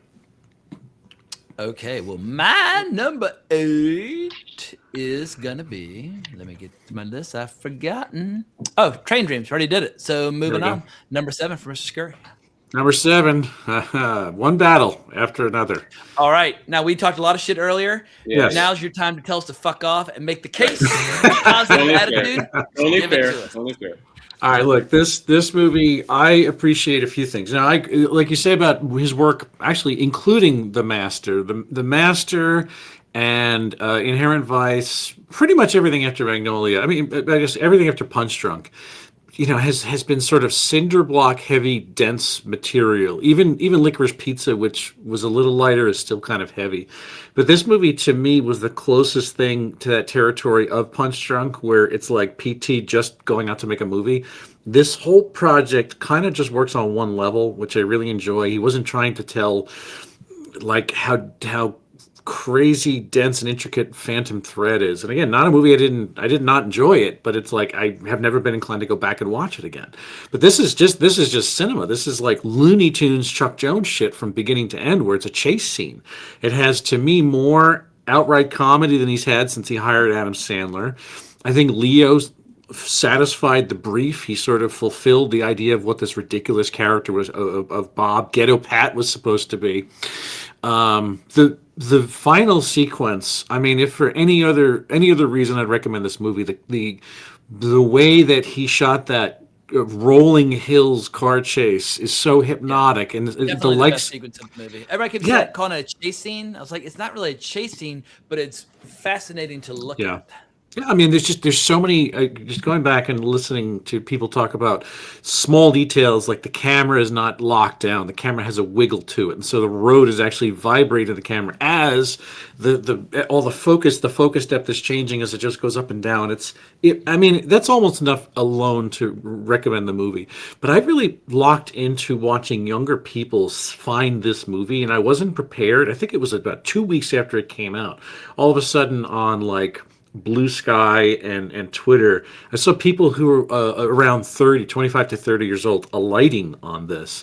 And what they were doing is they were fixated with the whole dirty work scene where they play the song in its entirety when they introduce the sensei, Beno del Toro. And I'm like, oh, I see. This is the vibe. This is a vibe. It somehow accidentally got found by the people who would be most likely to vibe with it. And it elevated the profile of this movie in a way that I just didn't expect a certain audience to grab onto it, because this really, I don't think it has, I mean, it's got a lot going for it. Like you said, the Christmas Tree Society or whatever. That was very funny that instead of Satan worshippers, they're Saint Nick worshippers. Saint Nick worshippers, yeah. Kevin Tighe is the old man who stays quiet until he says it should be clean enough to eat off of. You know, he was the guy that owned the Double Deuce in Roadhouse. That guy's been around since forever. That guy's awesome. But yeah, more than the sum of its parts, I mean, maybe more the sum of its parts rather than the whole thing together. I really enjoyed it. I mean, I just think it had so many nice fine details, so many great performances. Chase Infinity. I love Jungle Pussy. I would marry Jungle Pussy in a heartbeat if I could get her to return my phone calls or anything like that. Yeah, I mean, some of the things. I knew in college would be called Jungle Pussy, but that's because when she wore a bikini, her bikini would come out a couple inches because she quite literally did have the Jungle Pussy. But it was a different time. The Brazilian had not been discovered yet. Anyway, but if you want to keep pulling it apart in front of me, honestly, I don't take it personally. It's fine. I understand the criticism. I get it. Bill, have you seen Support the Girls? Oh yeah, I did a short video on that. Yeah, I absolutely love that movie. It's great. That's right. You did. Yeah. Okay. Yeah, one battle after another. What I wish every studio would take a page from Warner Brothers' book, where every studio would have one big prestigious movie per year, not a franchise, not IP, IMAX 70mm, Dolby, etc. where they do take the big swing. And Warner Brothers probably won't necessarily make a big giant pile of money off the movie, but it is going to clean up, and it's good for like the studio and the brand and the reputation. And they obviously made tons of money off like their Minecrafts and things like that throughout the year. So I do think that it's an example that I wish every studio would follow. I just prefer Paul Thomas Anderson's earlier work, but yeah, I think come March, Mr. Scurry, you will not be alone in your admiration. I would just like to add it, not a disclaimer necessarily, but it's like the two black men in my life, Marcus and Matthijs van der Roost, both when I saw the movie, they said things about the film that I was not necessarily sensitive to upon seeing it. And it was the same complaint from two different sources, at least, or the same notice. And I'm like, okay, you know what? This is the sort of thing that once it's pointed out to me, it's hard not to see it. But it's also the kind of thing that I came out of it without sort of having. It made me reassess the movie downward, I think, in terms of like seeing how PT was playing that game and not really being fair to his his black actors or his black leads. And there was an insensitivity to it, sort of a dullness coming from him. And I can't excuse that. I mean, that's definitely there, even if it just I kind of didn't trip on it in the first place. But I certainly get that. That is a valid concept. And again, coming from two smart people, it's imperative that I listen to that comment for sure. Well, the more I think about it, the more I prefer Running on Empty by Sidney Lumet, which I feel like explores similar terrain where you're trying to humanize people that a lot of people would regard as domestic terrorists or dangerous. But when you watch Running on Empty, it's nothing but heart and humanity from start to finish when they're dancing to James Taylor and that sort of thing. So yeah, I would just steer people towards Running on Empty, which I think covers similar terrain, but more effectively. Oh man, the scene between Christine Lottie when she finally reunites with her father. My dad always loves that scene. That scene in particular. I always think of my dad how much he liked that scene. Yeah. All right, Mr. Kessler, number 7. Lucky number 7. Okay, my number 7 is the new Julia Ducournau film Alpha, which I think had terrible reviews. I think this might be the lowest rated film. I've got a clip. Hang on one sec. Okay. Here is Alpha Booyakasha.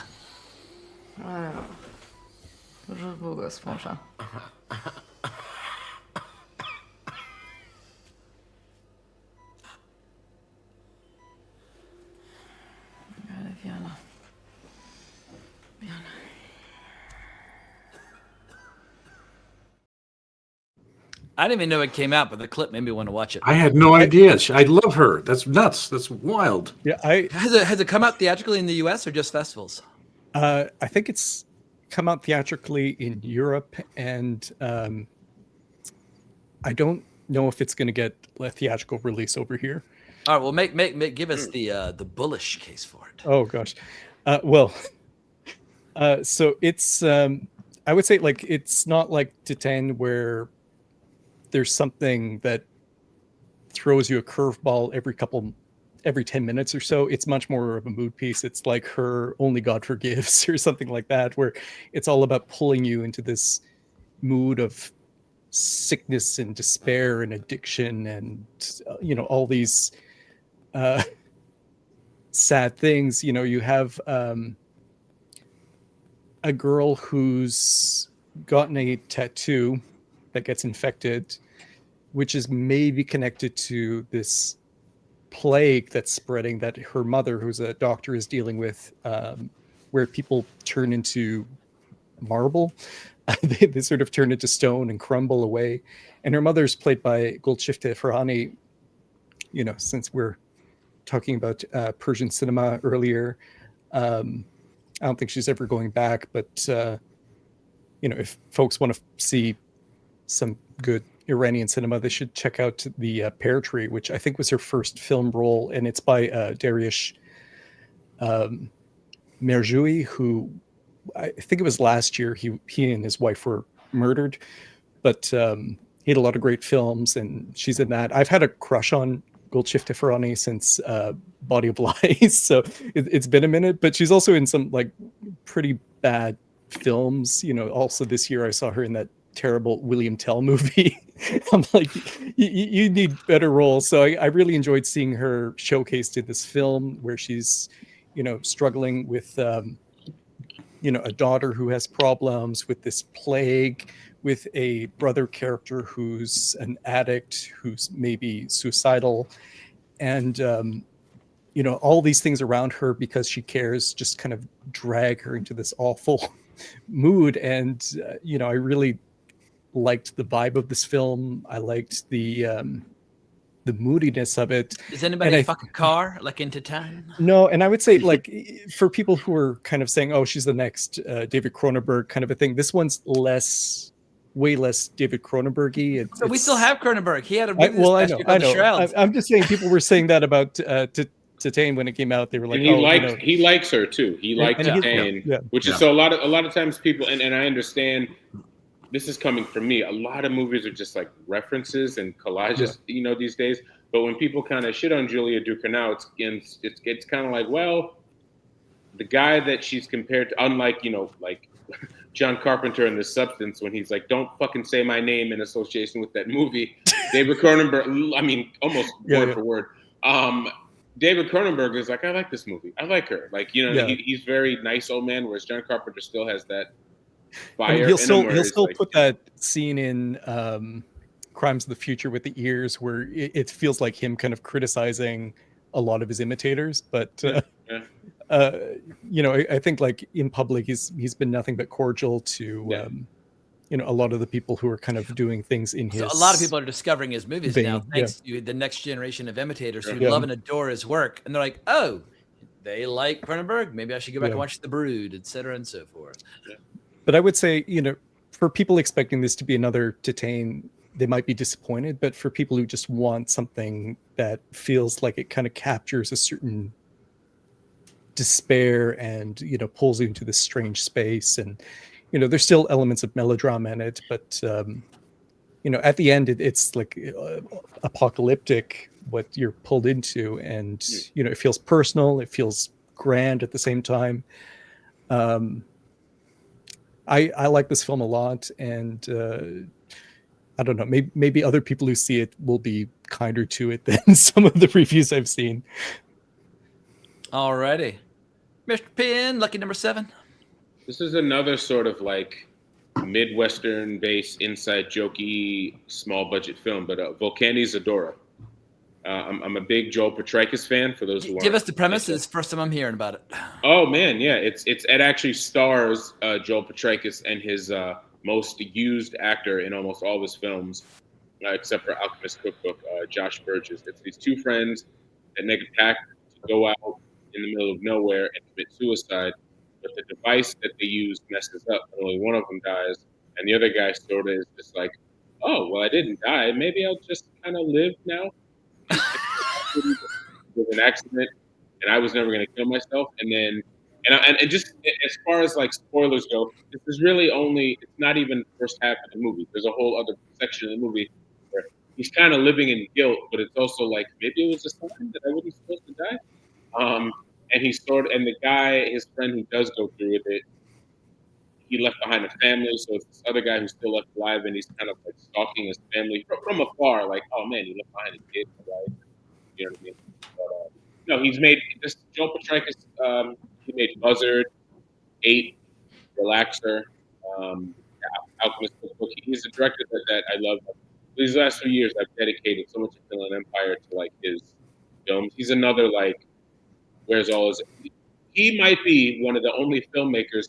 If you go to his Vimeo page, he made a side-by-side collage of his own movies and stuff that he took from, which Tarantino wouldn't even do that. Tarantino would from this, but he literally would be like, nope, it's this scene in Jim Jarmusch, this scene in Breathless, this scene from the Richard Linklater movie. I would have more respect for Tarantino if he did do a side-by-side. It's like, all right, this is what I took from Sergio Corbucci, this is what I took from whomever, so yeah.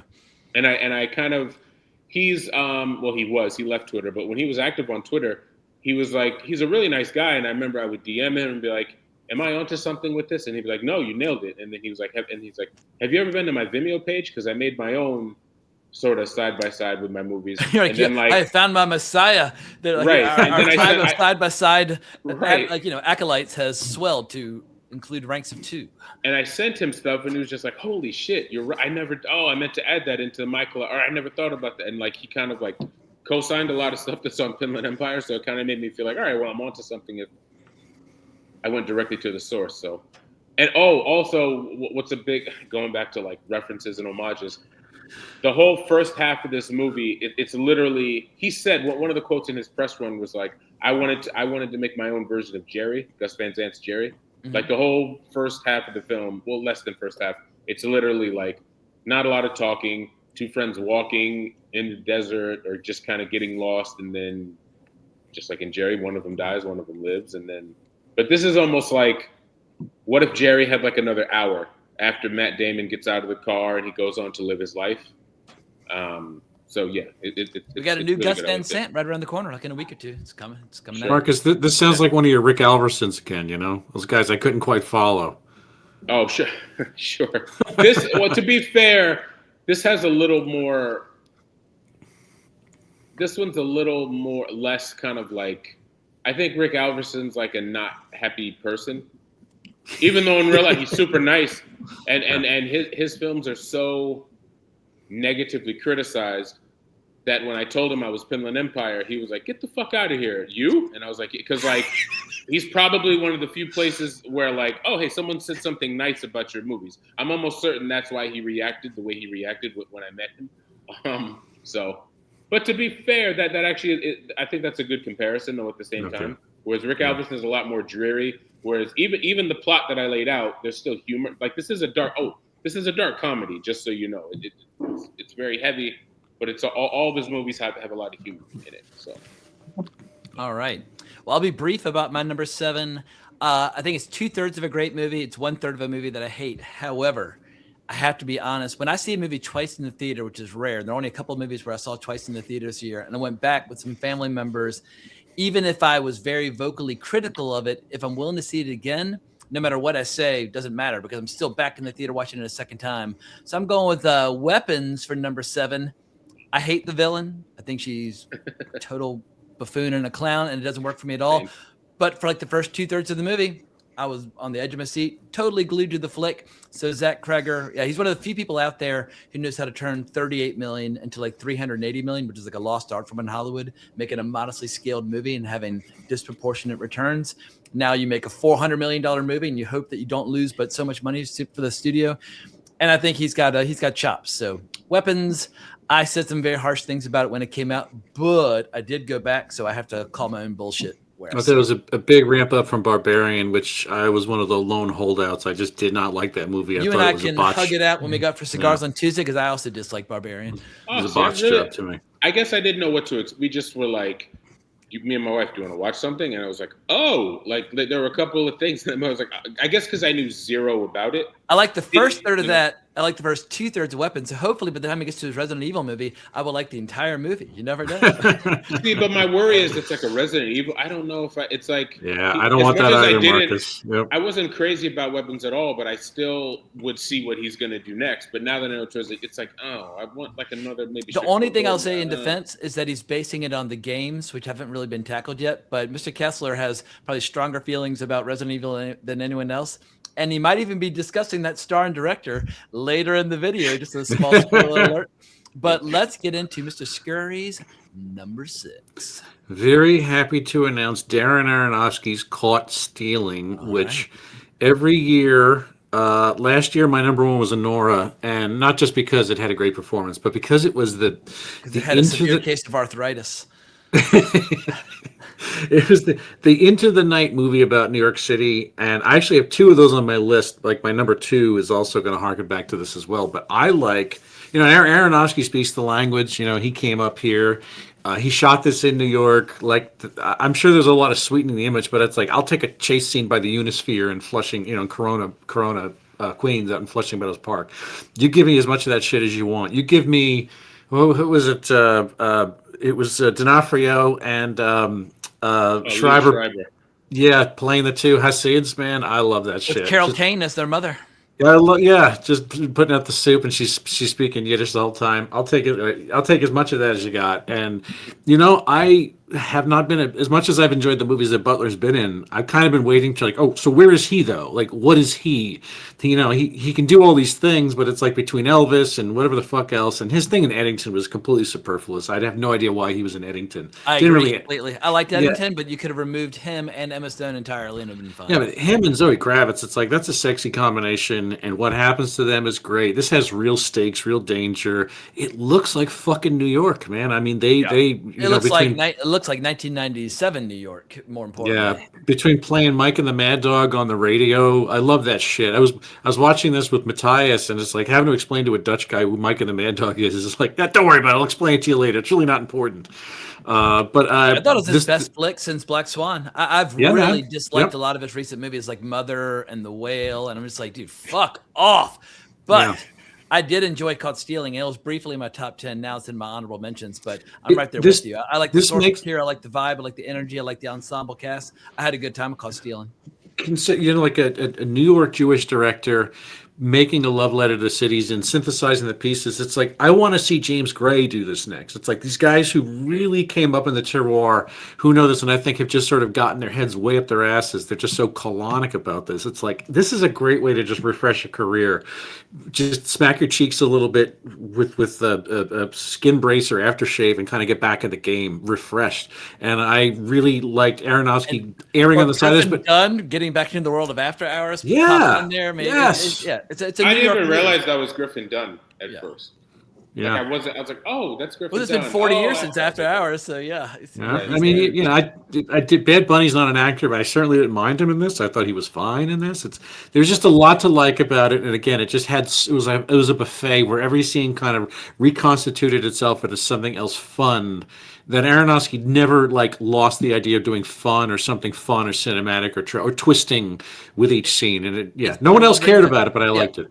Well, I saw it on an early access screening, and I was terrified because next to me, a row of large women showed up, and they were boasting and bragging about how drunk they were and how many edibles they'd had on the way to the theater. I was like, oh, this is going to be the worst night of my life. Oh, no. And they talked the entire movie to each other and at the screen, but they loved the movie, and they were having a blast. I was like, you know, this is actually kind of hysterical watching them have such a good time watching Caught Stealing. So it ended up being a very fun night at the movies. Anyway, hooray for large women enjoying Aronofsky. Anything more about Aronofsky? I mean, it was not the comeback that he needed desperately. Yeah. It kind of bombed, and I worry that Austin Butler could have also used a much bigger hit. I mean, he still got Elvis and Dune in his back pocket and that sort of thing, but Austin Butler's got a couple of guys coming for his jobs, like, you know, like the Jacob Elordis of the world. Like, he's not the only hot guy out there, so he's going to have to up his game if he wants to remain competitive. Yeah, that's a good point. I don't know. This is one of those movies that I kind of hope I could see it having a second life somewhere. If people rediscover it, it winds with either hits Netflix or something where people can actually get their hands on it and just sit back for something. Again, sexy as fuck.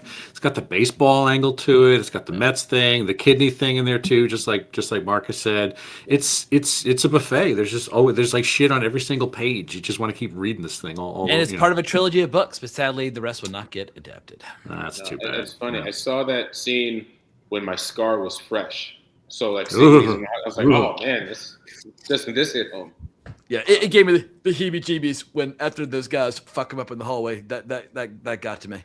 And then he goes like, kept going. Yeah. They take a break and then like he beats him up some more afterwards. Like, god damn. So yeah, gnarly movie. All right, Mr. Kessler, number 6. Oh, my number 6 is Secret Mall Apartment, which I'm always a little bit shy about mentioning films by people you know. Yeah, or even just good work. We all know Jeremy Orman. None of us here are unbiased, and so let's just abandon all ethics and just praise our friend's good work. I've got a clip here that you sent me earlier today. Yep. It's this paradox, right? It's a little prison-like because there's this cement wall and there's no natural light, and you could be discovered at any moment. There's this weird sense of freedom where no one's gonna bother you, you're not gonna be late for anything. It's just this really quiet refuge in a way. So, full disclosure, that's my number 4. Is it on anybody else's list? Honorable mention. It's an honorable mention with its own special category because of what we spoke about. Yeah. So we all know Jeremy. We've all podcasted with him. We've all hung out with him. But if a friend of mine makes a good movie, I'm going to praise it. But Mr. Kessler, why did this movie speak to you? I'll just say, I had to wait to see this on other people's best of the year lists before I felt comfortable putting it on mine. I'm like, I don't want to be biased, but it really is fantastic. Y'all played a bunch of online trivia together, correct? Yeah. I'm friends with Jeremy, and you know, I know Paul Murphy, who edited the film. Jeremy, you know, sometimes emailed me about like, hey, do you think we should call it The Secret Mall Apartment or Secret Mall Apartment? Stuff like that. So, you know, I feel like a little bit close and obviously biased, but I don't know. I'm really kind of in awe of Jeremy as a filmmaker. His focus, his fast thinking, and, you know, I think between The World Before Your Feet and Lily Topples the World, it kind of makes a trilogy of documentaries about these really kind of unusual, I guess you could call them art projects or just projects that are kind of outside the purview of what you usually think about, you know, dominoes or walking. You know, if you could look at these as art projects, and, you know, this feels like a culmination of what he's been interested in. And make the pitch for people who might never heard about it. What's going on here at this flick?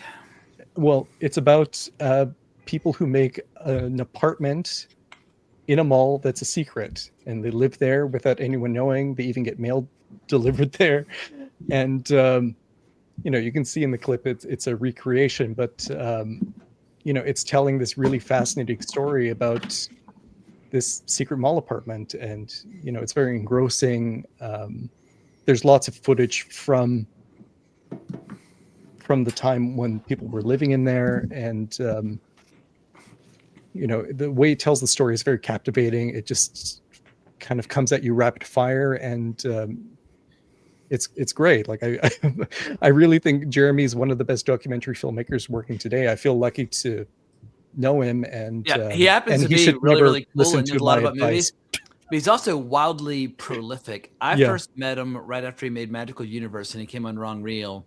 So I've known him a little over, I guess, around 10 years as well. But in that time, he's cranked out 4 fucking feature films: Magical Universe, The World Before Your Feet, Lily Topples the World, now Secret Mall Apartment. And he's got another one that's nearing completion. The dude is a grinder, and I think that Secret Mall Apartment is the best movie that he's made yet. He keeps getting better, which is always very exciting, especially when you're like, you know, rooting for one of your pals. But I told him and Paul this after I saw it, and I sent them an email, so I'm not saying anything that I'm like making up on the spur of the moment. It was one of the only movies that I've ever seen that made me rethink the role of art in our lives. Because for me, whether it's a book on my shelf or a cathedral on a hill, art is permanent.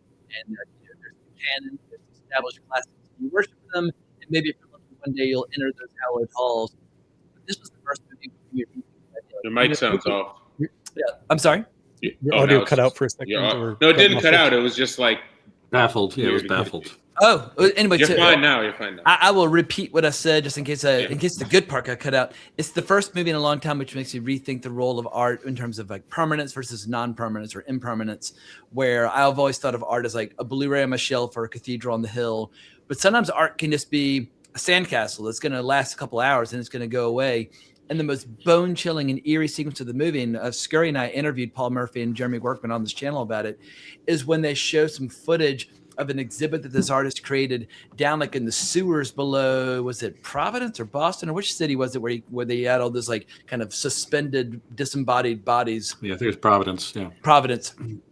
It is so eerie, and it's that weird grainy handheld footage, but it's something about the beautiful imagery and the eerie music.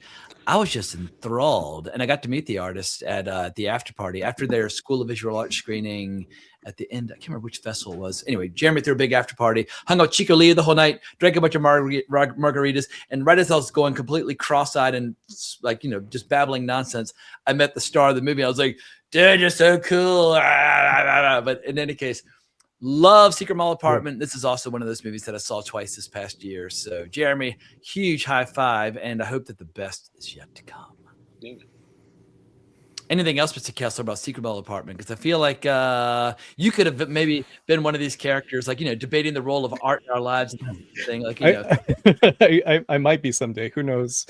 But yeah, no, it's fantastic. And again, just, I feel like I should shout out my friends more when they do good stuff. Like, I feel like, when Patrick Horvath makes Beneath the Trees Where Nobody Sees, I'm like, oh, this is really good. And then like you start seeing other people be like, this is the best comic book of the year. I'm like, yeah, it's not just me. Or Marcus making Night Music, like it's really good. So it's just it's great to see. That's the thumbnail for the making video. great works. Marcus So I think it's a really great documentary, and I'm really excited for Jeremy, and I can't wait to see his next project. Hell yeah. I've been told a little bit about it, and I think it's gonna blow people's fucking minds. All right, Mr. Pinn, number 6. What do you have on your list? This is a big deal for me because it's the first time, at least doing these top 10s on Wrong Reel, or in any of my end of the year assessments where this has happened. One of my favorite directors is on this list. It's Hal Hartley's Where to Land. Oh, nice.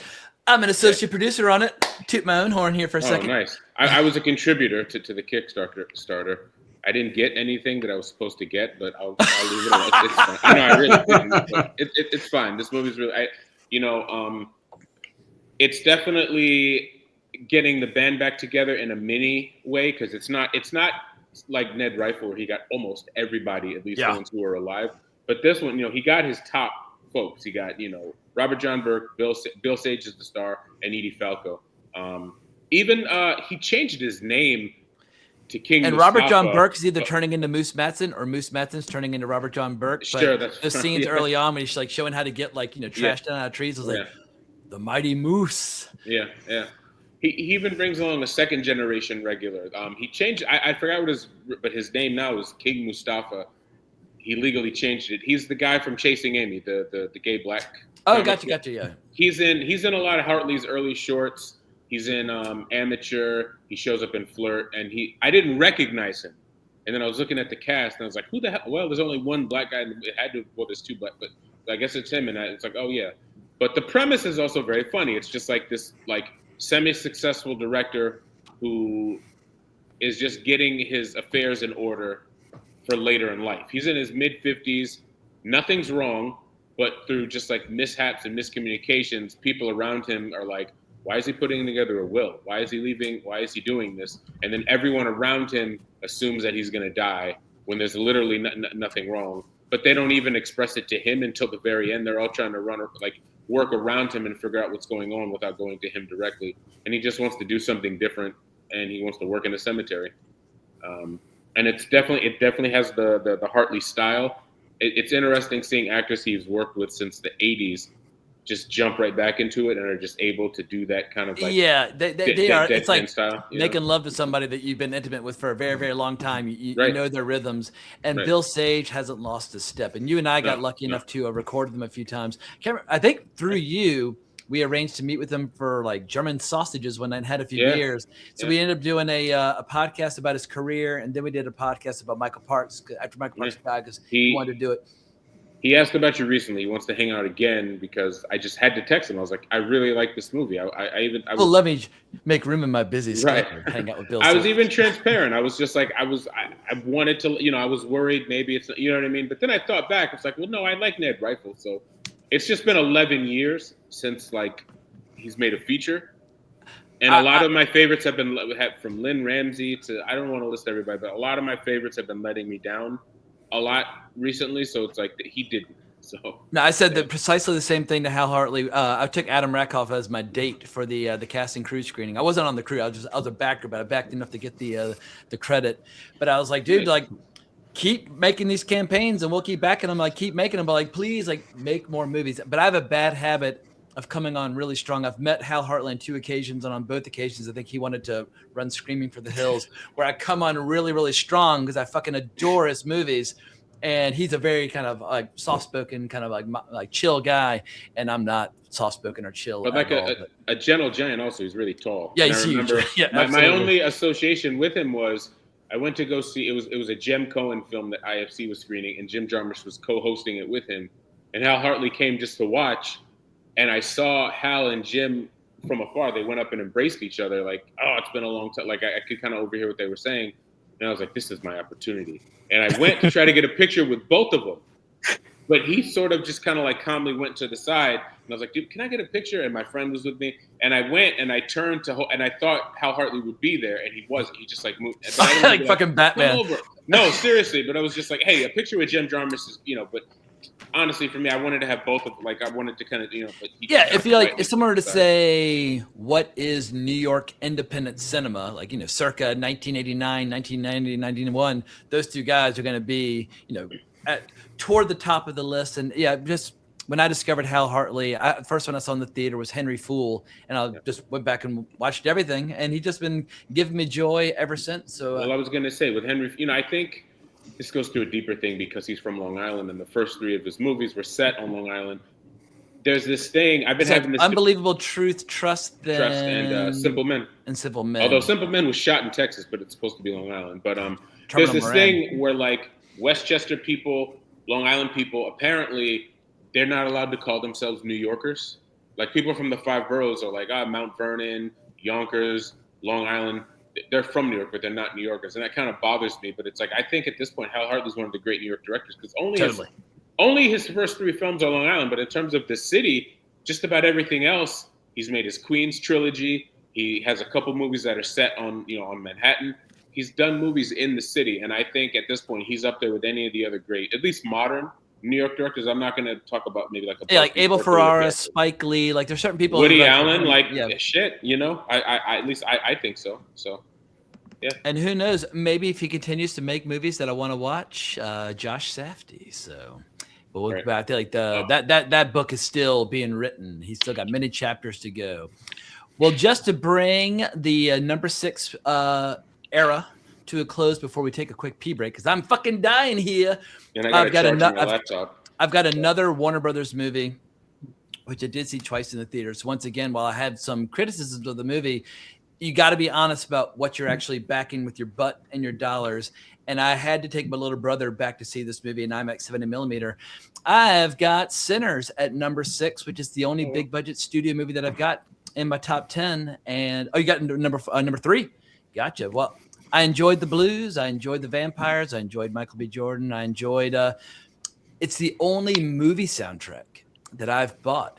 I think like since Uncut Gems. It was the first time I bought a movie soundtrack just to listen to the tunes.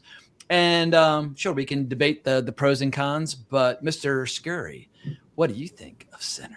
I thought it was like if Charles Burnett wrote a Blade sequel. It's like so much weird. Things that you might not think would go together wind up marrying really well. And Coogler, I mean, he talk about a guy putting this stuff together, and all the bullshit chatter that was preceding the movie was kind of ridiculous and unfair. And all you need to do is, I mean, just perform, just drop this fucking bomb on the, not bomb in a bad way, but like, this firework in front of the market. One of the only movies of the year where the second weekend box office went up as opposed to down. Usually movies drop 60-70%. If they're a studio movie, Sinners went up. Yeah, man, there's just like how many bravura sequences are in the veil of time where all these different forms of music were coming together between the Chinese dancers and the Bootsy Collins looking guitar guy. That's just one thing. And then beyond that, you have all the people doing the Irish step dance with Jack O'Connell. So that's another moment. It was just the song they're singing, the little folk song when Haley Steinfeld comes out to visit. Yeah. That was a beautiful tune. I just like also seeing the central characters allowed to be kind of bad motherfuckers. There's a great scene when they're all in a circle trying to figure out who's a vampire and who's not and how they're going to test it. And somebody's like, oh, you don't need to test her. And Michael B. Jordan pistol whips him. I was like, whoa, that's the hero of the movie, just pistol whipping a guitar player who probably just trying to, be nice to the girl that he was going down on earlier. I was like, yeah, heroes need to be bad motherfuckers more often.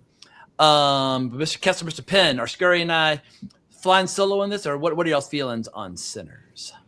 I like Sinners. I liked it too, but I think when you look like me and all you say is you liked it, there's all this pressure put on you, and it's just like, I'm not saying it's bad. I don't think there's anything. I swear to God, it's just I liked it. It's good, but let me guess, young white girls with a medicinal mask hanging off their chin, lecturing you about your blackness. Strangely enough, no, it's other black people that really they got really gatekeepy about this movie, where it's just like, it made a lot of it's one of the most successful movies, and not just this year, like in a long time.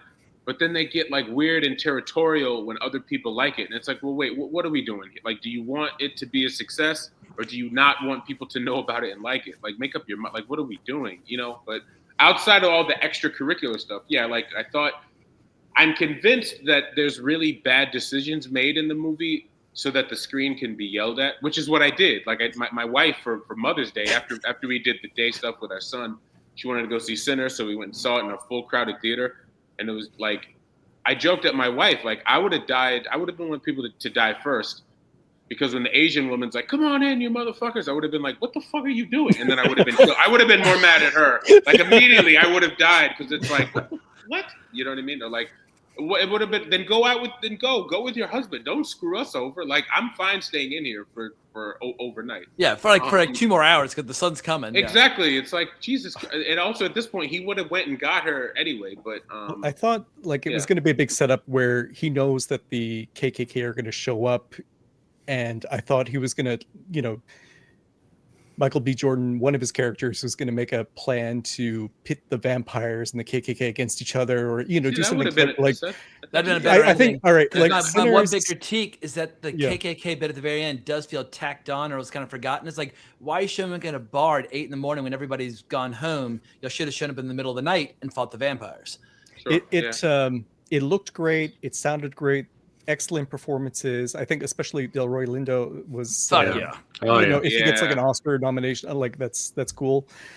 I think what dragged it down for me was the screenplay and the originality of the ideas. Like, I think the From Dusk Till Dawn-esque of it.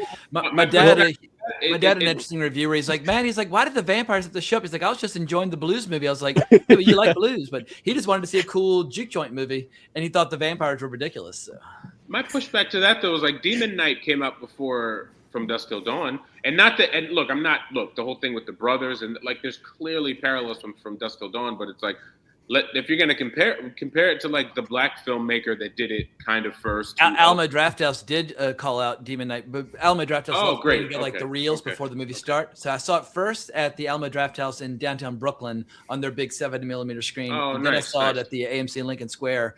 But the Alamo Drafthouse intro gave a huge shout. Who's the DP from Do the Right Thing? I'm blanking on his name. Dickerson. Yeah. So they gave him a huge shout of like, before Ryan Coogler, there were other people who went down this path. And it's funny, man. He's got like there's like three different worlds of Ernest Dickerson. To like some people, he's like just the horror guy. Then to other people, he's Spike Lee's cinematographer, even though he stopped at this point over 30 years ago. Yeah. And then to other people, he's the guy that did Juice and they only care about Juice. You know what I mean? So he's an interesting guy where he's considered different things to different people. Surviving the Game. I love Surviving the Game. Yeah. God, I love that movie. Yeah.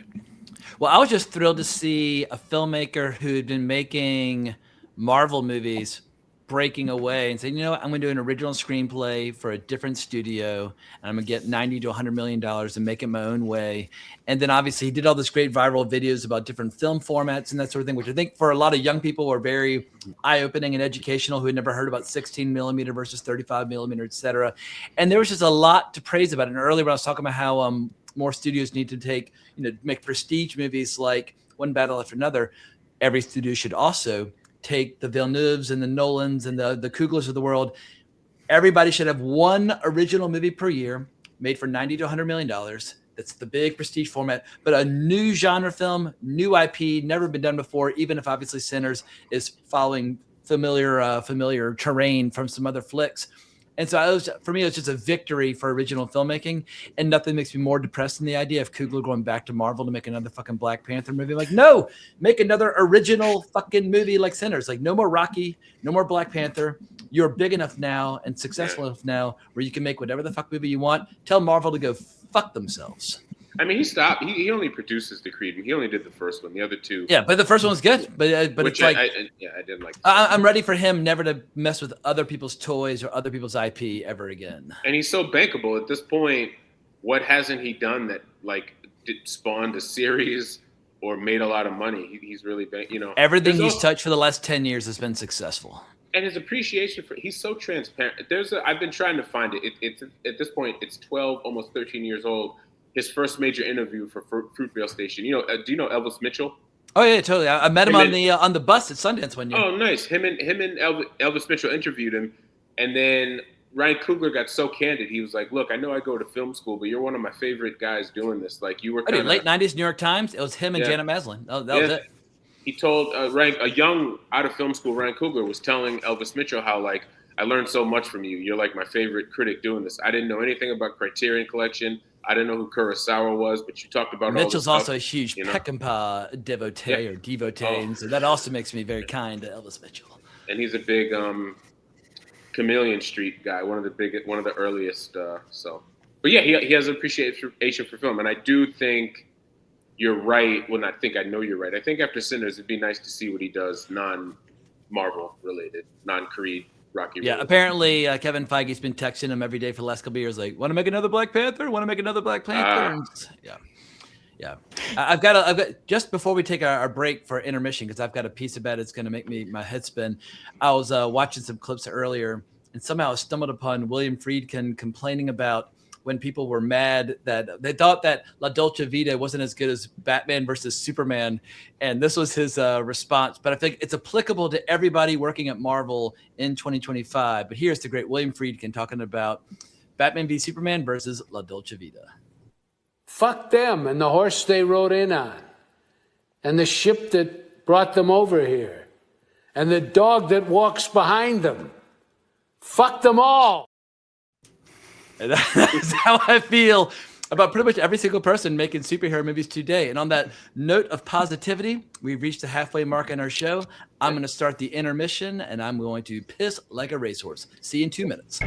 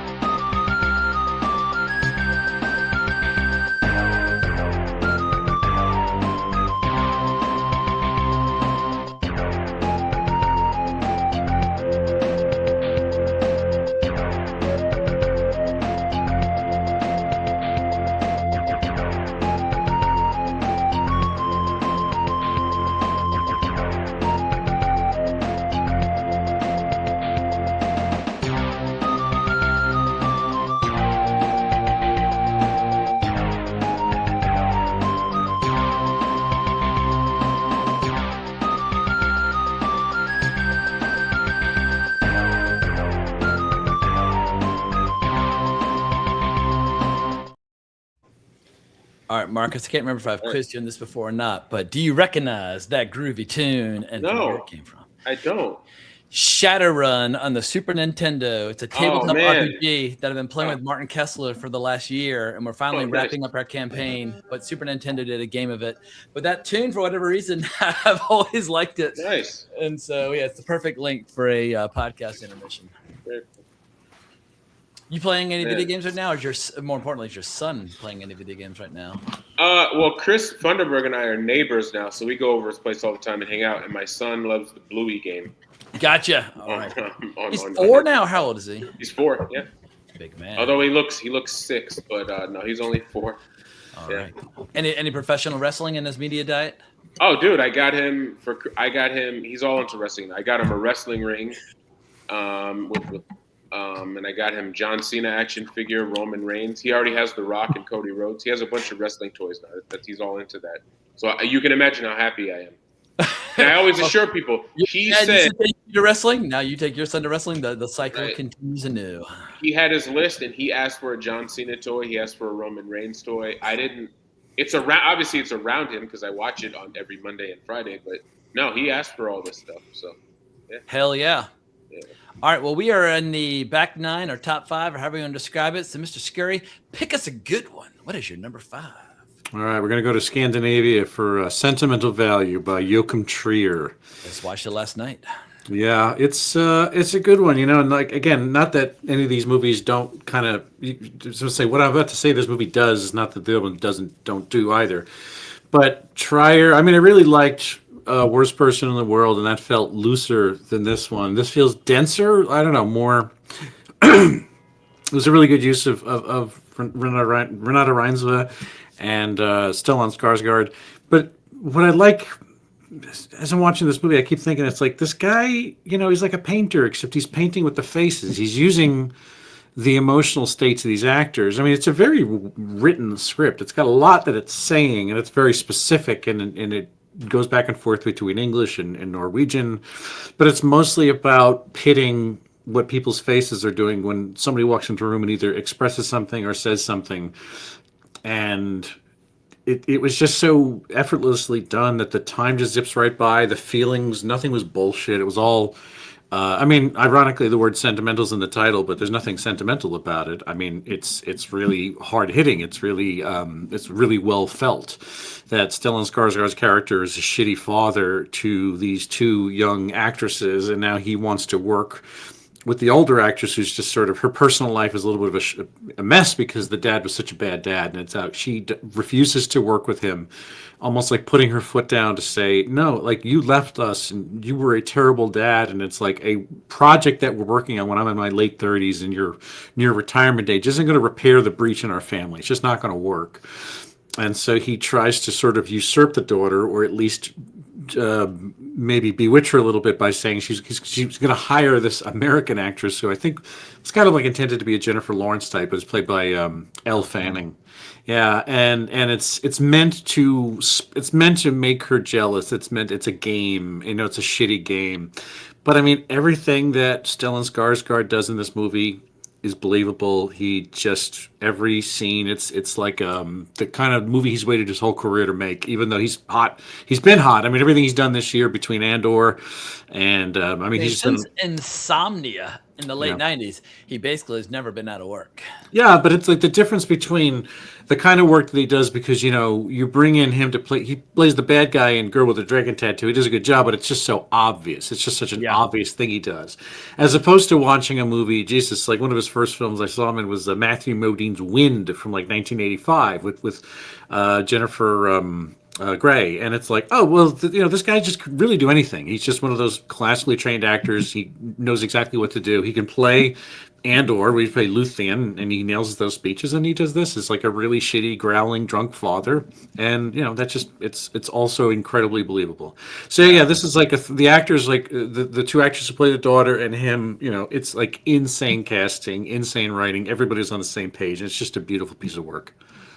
Yeah, I like him in stuff like Breaking the Waves, but I really liked him in this, especially when he's giving some DVDs to his grandson, who's like 6, and he hands him a copy of Irreversible and The Piano Teacher, and I was like, you're my new favorite person on planet Earth. I'm always handing inappropriate gifts to my nieces and nephews, like, potentially, books or comics or movies or whatever that are not age appropriate, but that might teach him something about the world. And I love the scenes where he's teaching his grandson the movie tricks that, like, just simple sleight of hand, even if you're just shooting it with a little iPhone.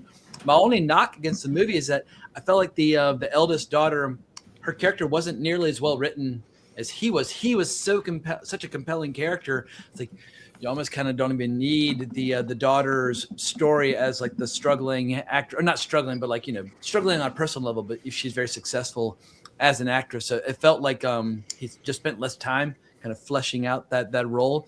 But I was totally into it. And yeah, Joachim Trier, however you say his name, obviously he's got the chops. He's like the quintessential neon director where I imagine Neon will probably make his movies for the next 20 years as long as they want to keep working together. Yeah, yeah. Anybody else see Sentimental Value? I just saw it like 24 hours ago. I did really like it, but it's so fresh that I haven't had time to sit on it like the rest of the movies. So. It's kind of marinate in your brain for a little while. Yeah, I think one of the main reasons I also turned against it a bit, and this is totally unfair and totally ridiculous, I hated Predator Badlands so fucking vehemently and intensely early this year that I don't think I'll ever be able to watch Elle Fanning and anything ever again without thinking, oh, that fucking android who never shuts the fuck up in Predator Badlands. And so there's like spillover negativity that is like, oozing over into Sentimental Value. Kessler, am I being too harsh? My number 5 pick, Predator Badlands. I would that'd be a YouTube first one. I would project El Vomit into my camera. And there are definitely worse movies this year, but when you make a movie called Predator in 1987, that's something you got to live up to in subsequent movies. And yeah, one of my biggest grievances about 2025 is movies that take things that are cool and defang them, declaw them, turn them into things that are lame. Infantilize them. Yeah, and it's like, and they were like, whether it's the Toxic Avenger or somebody making a Deathstalker movie with no nudity, it's like, have you looked at the posters by Boris Vallejo? Maybe we should revisit your concept for Deathstalker, but I just can't stand. And if people don't like what they're adapting or making a new version of, make your own shit. There's nothing wrong with making your own shit if you don't want to adapt the qualities that, like, Predator or Predator Badlands or whatever. But in any case, Scurry, anything else about Sentimental Value? No, I mean, I think it speaks for itself.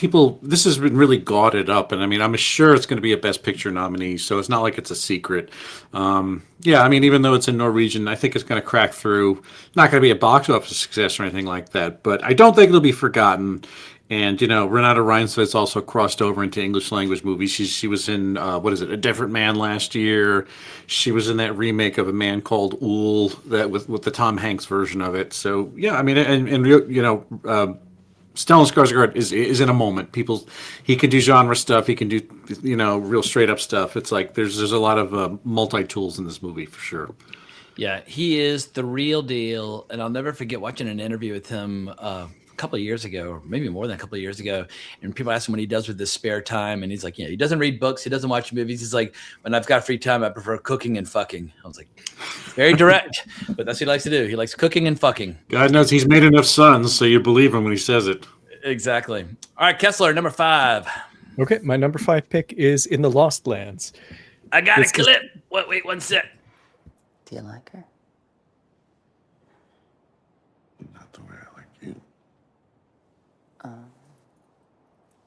Will it be another year till I see you again? If I'm still alive. There's no bigger fan of planet Earth than Paul W.S. Anderson. We have a rare privilege here to hear Kessler speak at length about genre filmmaker who's been enduring.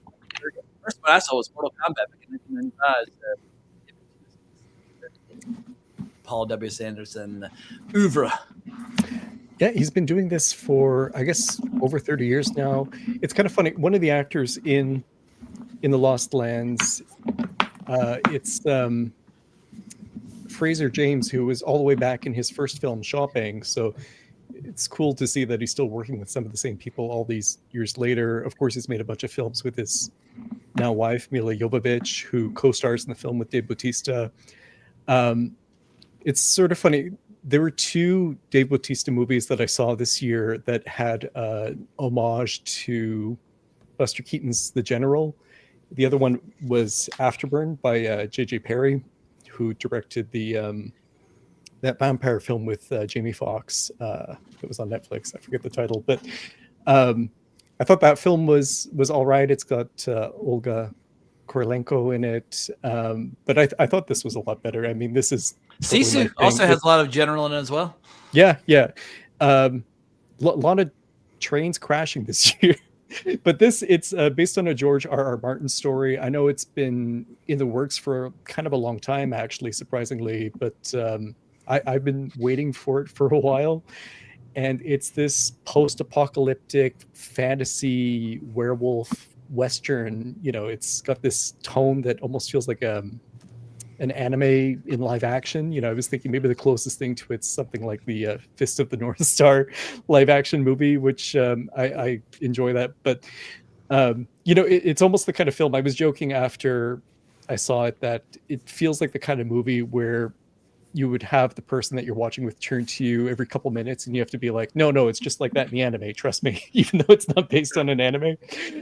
Just some of the visuals are really wild. The whole ensemble cast is really great. You know, of course, Dave Bautista and Mila Jovovich, you know, they're seasoned action movie pros right now. And I think Dave Bautista gives a really good lead performance in this. You know, it's definitely solid, but some of the smaller parts, like Arlie Over as one of the villains, like she was the bleach blonde vampire in Blade. All the way back then, she's a villain in this, and she's just like nasty and scary, and it's really great.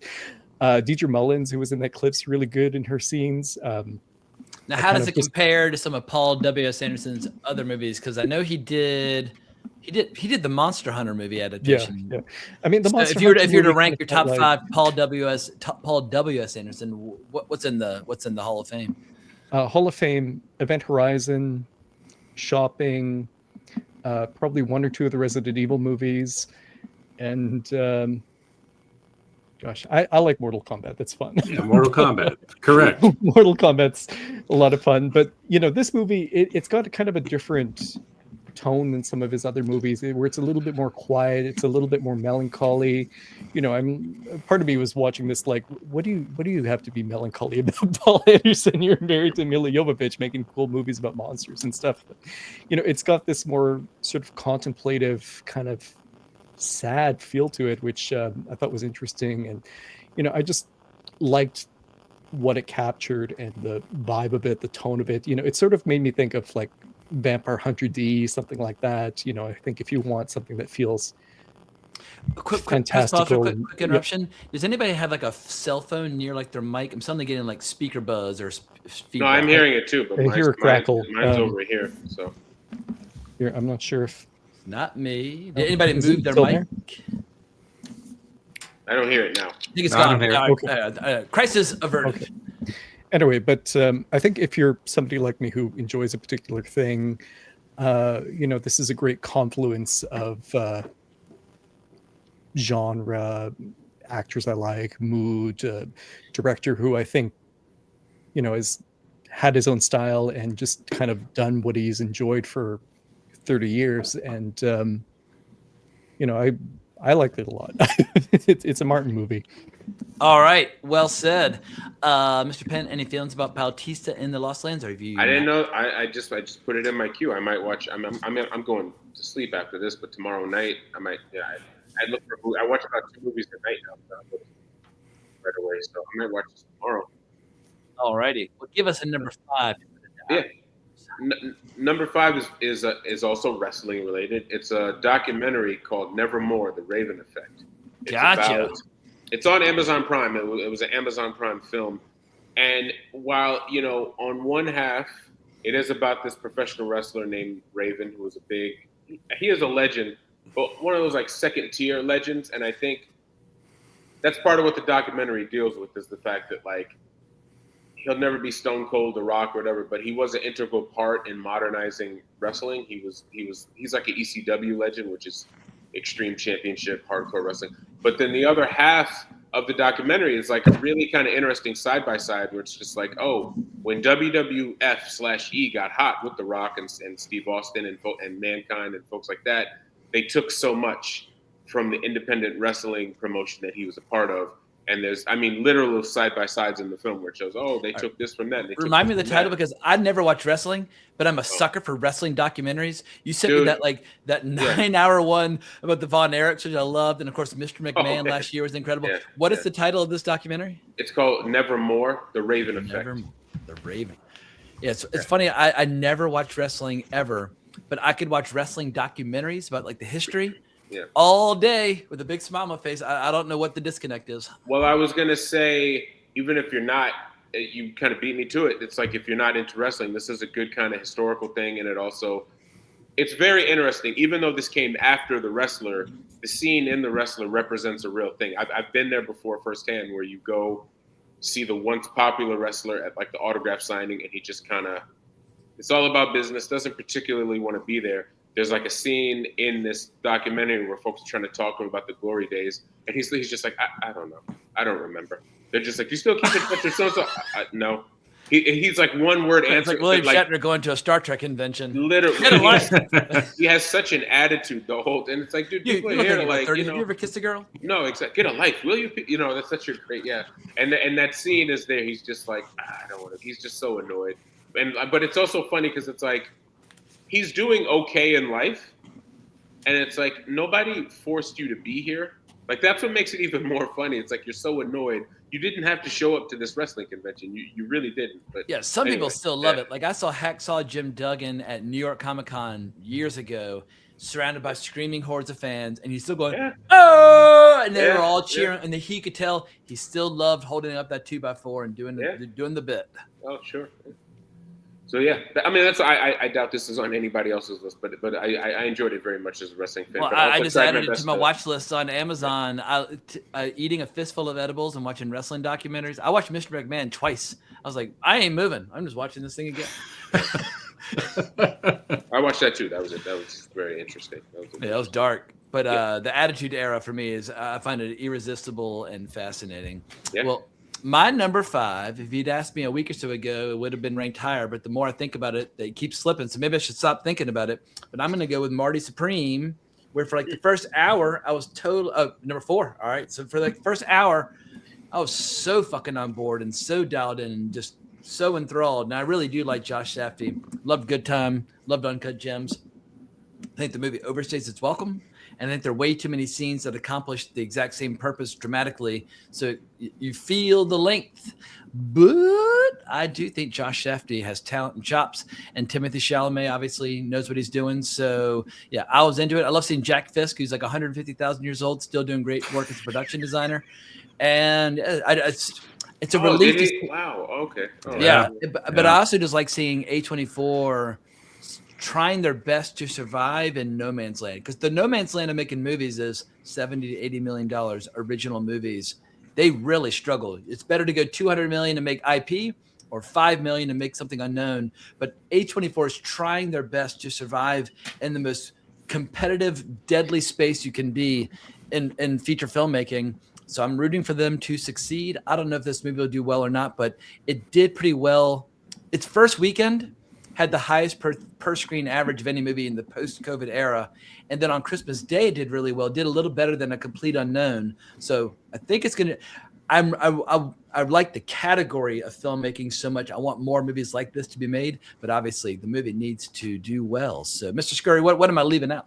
Well, you know, just to touch on that for a second, the fucking marketing for this movie is a new chapter in marketing, because they have essentially the most bankable, I don't know, what generation is he? Millennial? He just turned 30 today. Zillennial, yeah, whatever appellation you give to that group. It's like he's one of the few bankable people who can, move units right now.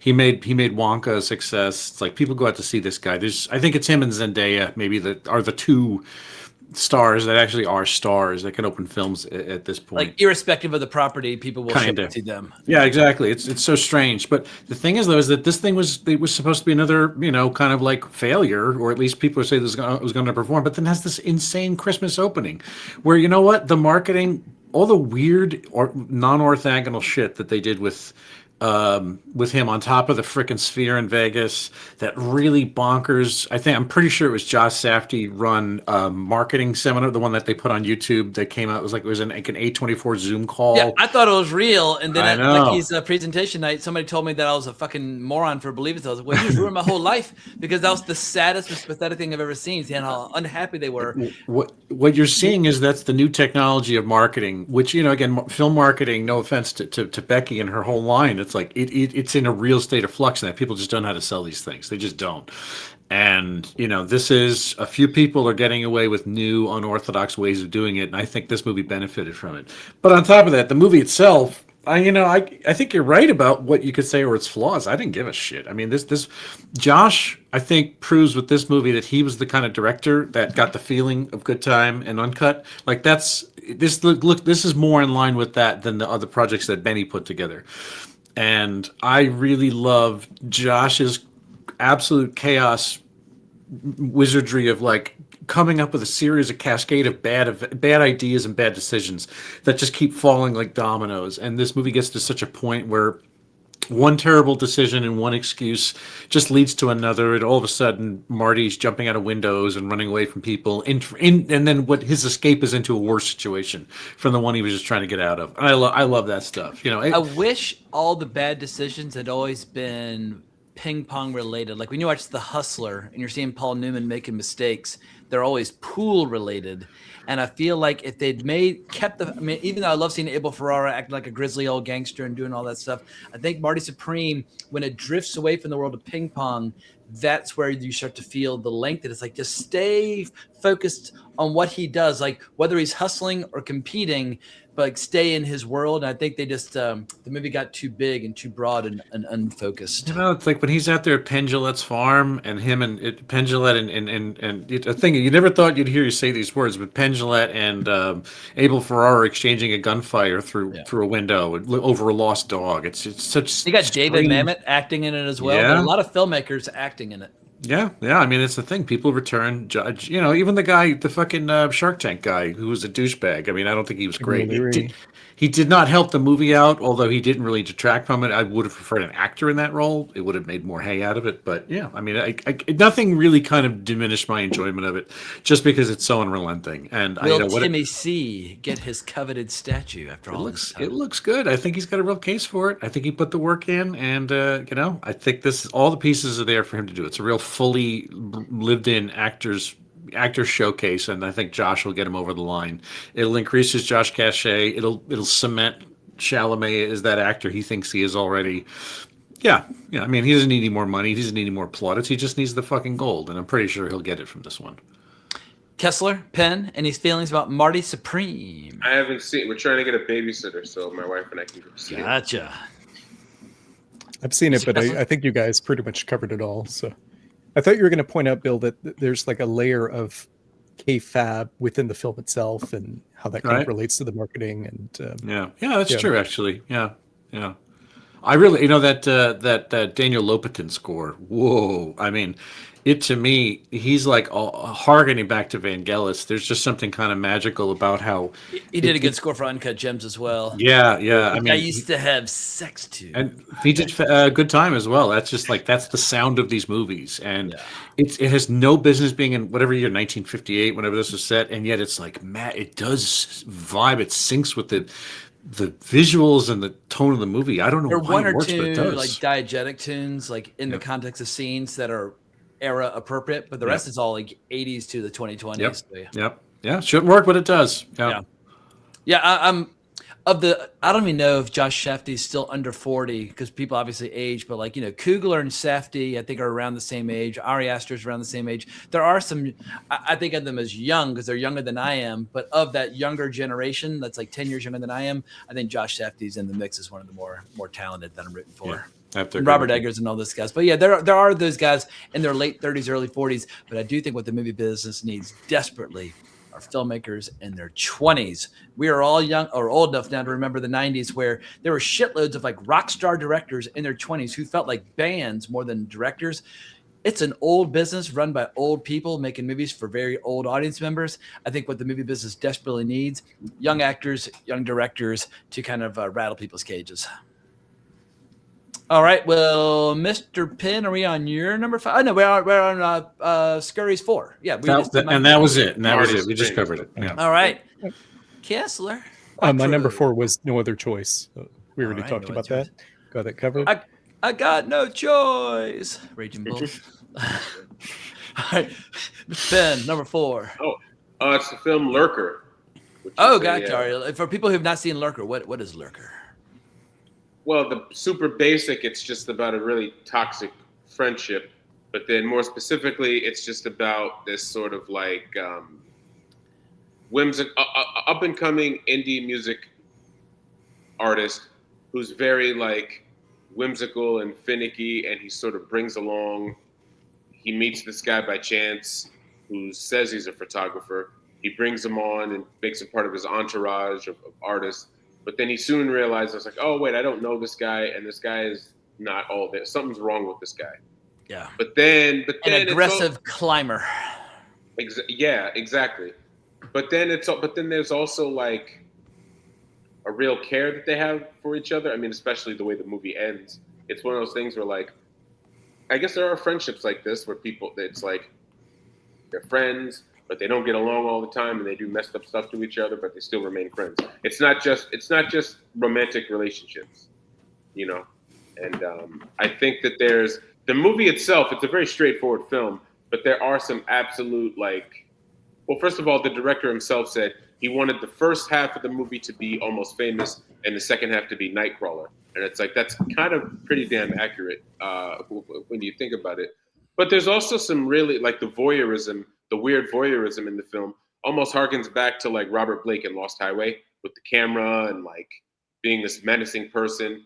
And some messed up stuff, a couple of messed up things happen in the film. And yeah, I really liked it. Yeah, I remember seeing the trailer a couple times, and I meant to see it, and then I kind of totally forgot about it. But I remember the trailer jumping out of me. I have no excuse. I should have seen it, but it slipped through my fingers. That's what made me want to see it, was the trailer. It's like, oh, this is something I can get into. And the actor, his name escapes me, who plays the indie musician. He's showing up in a lot of stuff. He was in the other F1 movie that came out, I think, 2 years ago. He's based on the video game. Yeah, he's the cousin in Saltburn, the cousin in Saltburn. He's in a lot of interesting stuff. Yeah, he's popping up a lot. Yeah. What the hell is that fucking video game F1 movie? It's based on the PlayStation game. Neil Blomkamp directed it, right? Yeah. He did, yeah. And David Arbor's in it. And I didn't like it, but he was in it. So. Kessler, any feelings about Lurker? I haven't seen it. I need to check it out now. All right. Gran Turismo. Gran Turismo, right. Yeah. Yeah, F1 was better, but F1 did not make my top 10 list. Number 4 was Secret Mall Apartments. So, Scurry, we're back in your territory. What is your number 3? Top 3 time. I think he went away for a second. Did we lose you, Billy? Yeah, he's on mute and his video's gone. All right, something went down. We will circle back to him. Mr. Kessler, what do you got for your number 3? My number 3 is Bring Her Back, which is a horror film. It's speaking of young directors, I think those guys are still in their late 20s or maybe early 30s. I think you're right. I mean, they're young. I mean, they were big YouTubers, and then they did Talk to Me, which I thought was excellent. I think that was on my top 10 of the year when that came out, and I think this one's even better. It's Sally Hawkins giving a really great, complicated performance. It's sort of, what wouldn't you do to bring your child back? And you see her doing some awful things, but it's kind of coming out of a place of wanting to see your child again. And I know Becky Deanna called this movie psychological warfare because it's not a fun horror movie. It's really unpleasant, makes you feel bad, disturbing horror film that really got under my skin and made me feel like, especially the scene where he's putting the knife in the mouth. That one gave me the I mean, stuff like that was like hard to watch, but also just, sometimes the little scenes, like there's one of the characters, she's sleeping and Sally Hawkins is just standing over her bed, and then she just gives her like a whack really hard and like takes off, so the character doesn't know what happened. But there's moments like that are just really uncomfortable and unpleasant. And one of the characters, she's also visually impaired. I think she's the sister. Yeah, the sister. And like there's a scene where she threw me a bit because she's basically a non-actor, but they wanted to get a real actor whose eye was off, and so I would have preferred they would hire a real actor and just mess with their eyes as opposed to hiring someone with bad eyes who can't act. But there's one scene where they keep the camera really tight on her face, and you sort of get that feeling of not knowing what's in the immediate surroundings. And I was scared. I think it's a really scary horror movie, especially the found footage stuff. All the found footage stuff is found really, footage really stuff. And Sally Hawkins, like I think she's one of the best actresses you can get today, and it's nice seeing her in a really meaty movie and not just getting eaten by King Gojira. I feel like lately she kind of slipped into like I like seeing her in the Paddington movies, but I was like, okay, it's time to move on from that. So I didn't see the third Paddington film, which she's not in, but I'm glad she's getting interesting roles and giving. Now, good have you watched any of performances. the work of Danny and Michael Philippou? Have you watched any of their work prior to making Talk to Me? Maybe some of their YouTube stuff just unintentionally, but no, what really put them on my radar for me was Talk to Me, which I thought was great. And I feel like I wish YouTube, while I love YouTube and I love making content for it, it has been a giant brain drain on the film industry, where there are a lot of people who might have had great careers in the film industry if they didn't get so sidetracked by being content creators. Chris Stuckman obviously tried to make the transition from being a YouTuber to a director unsuccessfully this year, but the Philippous, they might be the best example of YouTubers who have made the jump to making cool flicks. They've got the goods, I think. And it's kind of funny. You were talking a little bit about Zach Kreger, what he might do next. And like, I was looking on their Wikipedia saying, oh, they're in talks to do a Street Fighter movie, or they're in talks with Marvel. And I'm like, just don't do any of that. Just keep making these horror movies. I mean, you were asking before about like my thoughts about Zach Kreger going off to do the Resident Evil movie. And, I'm not gonna lie, I'm jealous. I wish I could do that, but I would rather see him do just interesting stuff, even if it's original stuff that's unexpected. My attitude towards franchise filmmaking, and right now in this present moment, is the way that a lot of people feel about actors who used to feel like they got burned when they went to make DC movies. Like, ooh, I shouldn't have done that. It was a bad career move. Every actor and filmmaker on planet Earth, no matter how much money they're offering you, don't make anything that's an existing franchise, because 99 out of 100 of them are just dreadful, that will tear your reputation down. Like I talked about Elle Fanning earlier, how I was not enjoying Sentimental Value because of Predator Badlands. I don't think the franchises don't help the careers of these filmmakers. The paydays are glorious, but apart from A Night of the Seven Kingdoms coming out in a couple weeks, there's not a single franchise I'm looking forward to in 2025. Like, I'll see Dune Part 3, but even there, I'm like, maybe you shouldn't have made Dune Part 3. You should have just pushed on and done something else. But yeah, my advice to every filmmaker would be make your own ideas and don't play with other people's toys, and your career will be better for it. But Mr. Scurry, we lost your number 3 earlier. I felt we jumped over you. Did your technical crisis? I was just changing microphones around. Yeah, Sinners was 3 anyway, so don't worry, we got it. Okay, gotcha. All right, Yeah. Kessler. By the way, what I just wanted to say about bring her back. I didn't see Talk to Her, but Bring Her Back. It starts off with the sort of Samizdat tapes where they're watching the strange Russian videotapes, and you don't quite understand what the deal is, and it unfolds later on that that's the mechanism by which the spoiler, the resurrection is going to take place through these means. I kept getting the impression that I really liked a Dark Song that came out, what was that, 10 years ago? It's pretty similar to A Dark Song, actually. Like, I think those two films could be a double feature. I like Dark Song's approach. It just hit me better. It seemed to be more linear. It was a little more straightforward. It was weirdly enough eerier. Dark Song was eerier with the alcoholics, the Scotsman who was sort of doing the service, and it was just so matter of fact. And it was grimmer. This felt like I had a lot of flash, but it just didn't catch me the way I expected it to. Penn, any feelings about Bring Her Back? I wasn't fully into it. I thought Sally Hawkins was really creepy in it, but I don't have too many strong feelings about it. I did watch it though. Yeah, I saw a ton of horror this past year, like The Monkey and Good Boy and Keeper, Presence, Long Walk, Final Destination, Bloodlines, Hard Eyes, Weapons, Frankenstein, Good Boy, Good Boy twice in there, Sinners, Together, 28 Years Later, Bring Her Back, Companion. I think Bring Her Back is my favorite of the horror movies, but I feel like we had a lot of horror movies this year, but there wasn't that one horror movie where I was like, oh, you're tweaking my nipples the way I want you to.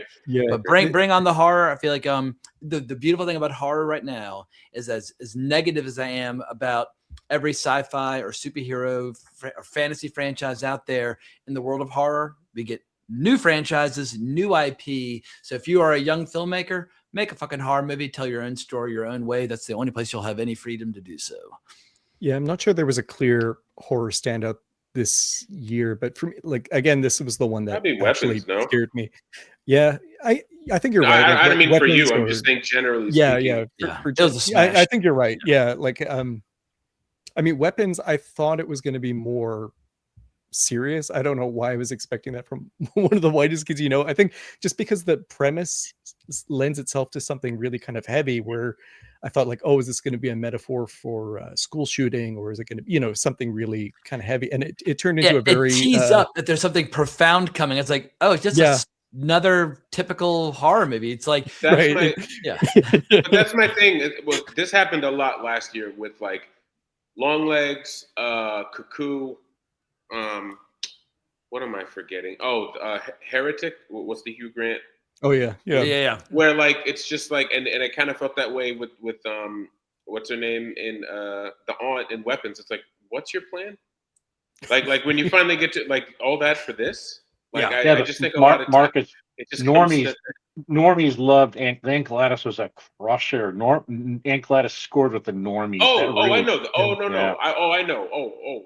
I'm definitely aware. But it's just like when you take to go back to Longlegs, it almost reminds me of like a Nathan For You sketch. Where it's like the plan: put a cursed orb inside of a doll's head, have a single mother. Terrorize a single mother and get her to dress as a nun and go from house to house to give these possessed dolls. It's like when you say it out loud, it really is like Nathan Fielder describing some like plan he would. And I still enjoyed where Weapons went with it, but I'm like, oh right, like this is a silly movie. Like this just wasn't what I was expecting at all. So it kind of caught me off guard in that way. But yeah, bring her back. I think if you just want to be in a bad mood and have a film kind of make you uncomfortable and get under your skin. It made me recoil in my seat a few times. Yeah, I think that's the one this year that did that for me. And Sally Hawkins is great. So that's how it's my pick. Yeah. Mr. Pinn, number 3. I'm going with the other Safdie brother, Smashing Machine. All right. I got part of a clip you sent me earlier, but this one actually is YouTube approved, so they won't come after me for my ad revenue. But here's the great Ryan Bader, UFC veteran, total badass, delivering some very solid acting. You can't keep doing this to yourself. I'm so sorry. It's me. You don't have to apologize, okay? I'm one of your best friends in the world, right? Yeah. And I'm here because I love you. Okay? All right, so Marcus, you and I get to talk about some MMA and some wrestling, and all our two worlds are going to collide on this one because I started watching Ryan Bader on The Ultimate Fighter, and then I saw him in the flesh summer 2009, just hanging out at a casino during UFC 100. He wasn't fighting that weekend; he was just around. But I've been following his career. But you obviously know the world of wrestling, and so lay it on me. What do you think of the Smashing Machine? I really liked it. It's not perfect, and I thought one scene in particular. The Rock's act, it's like he lost it for a second and it was just The Rock. Like it's like the crazy argument that him and Emily Blunt have when she like tries to kill herself or whatever. It's like, oh no. Well, that scene, but also one of the earlier scenes too, after he had lost. He's just like, it's you. It's always about fucking you. Like it's like you kind of had it before. You kind of lost it and you just went into Rock mode. But other than that, I thought he was really good. I thought the whole Mark Kerr voice was a little overdone and he still didn't even get it. But because I do think that's a big part. If you watch the doc, Mark Kerr definitely has a very specific way of speaking. It's not just the fact that it's Midwest hokey and wholesome. He has this sort of higher pitched voice that you wouldn't expect from a guy like him. Yeah. But with all that said, so James and one other person that's still into UFC heavily, I was just like, this guy's like 53 when the movie was made, and he's playing someone that. The time period he would have been like 29 to 31. Yeah, mid-20s or late 20s. Yeah. Is this so? And they were just like, I don't care about that. All right. Well, if these two guys don't care, then I guess, or as much, it's like I guess I can let that go. Also, peak prime Mark Kerr was so fucking jacked and so powerful and so explosive. There may be like 2 or 3 actors that have ever lived that could play the role, and The Rock's one of them in terms of physicality. Yeah, and I think this is one of those few times where, like, use a professional wrestler in this role, even though he's mostly retired, but like that build and that body type, it's like that's what I find funny. There are still insanely sized jacked people that still aren't in that many superhero movies. And honestly, look, I'm not trying to disrespect. Like the guy that had playing Namor in Wakanda Forever. It's like he's got a beer belly and like no muscle tone. Like he's a guy who swims all Right. day, every day. He should look like Michael Phelps, like a V. Tall. Oh my God. No, exactly. And I just keep thinking too, and it's just like, well, they can't. It's like, no offense, but wrestlers do act a lot on television. You know what I mean? So it's kind of like there is performance there. Like I think about, look, I think the last thing he wants to deal with is being on a goddamn movie set. But it's like, when you look no further than Brock Lesnar for Bane, you know what I mean? Now, I don't think Brock Lesnar wants anything to do with being in a movie, but there's still other people with Brock Lesnar's physique. I get it. Batista exists. Batista is Drax, and there's a few other examples, but it's like there's not enough. There's literal 6'6", 280-pound jacked human beings that you could use. You know, like you don't have to have Kamal, get jacked just to wear a suit to not even see the muscles. Like guys really have these muscles. So, and going back to Ryan. Oh, I'm sorry.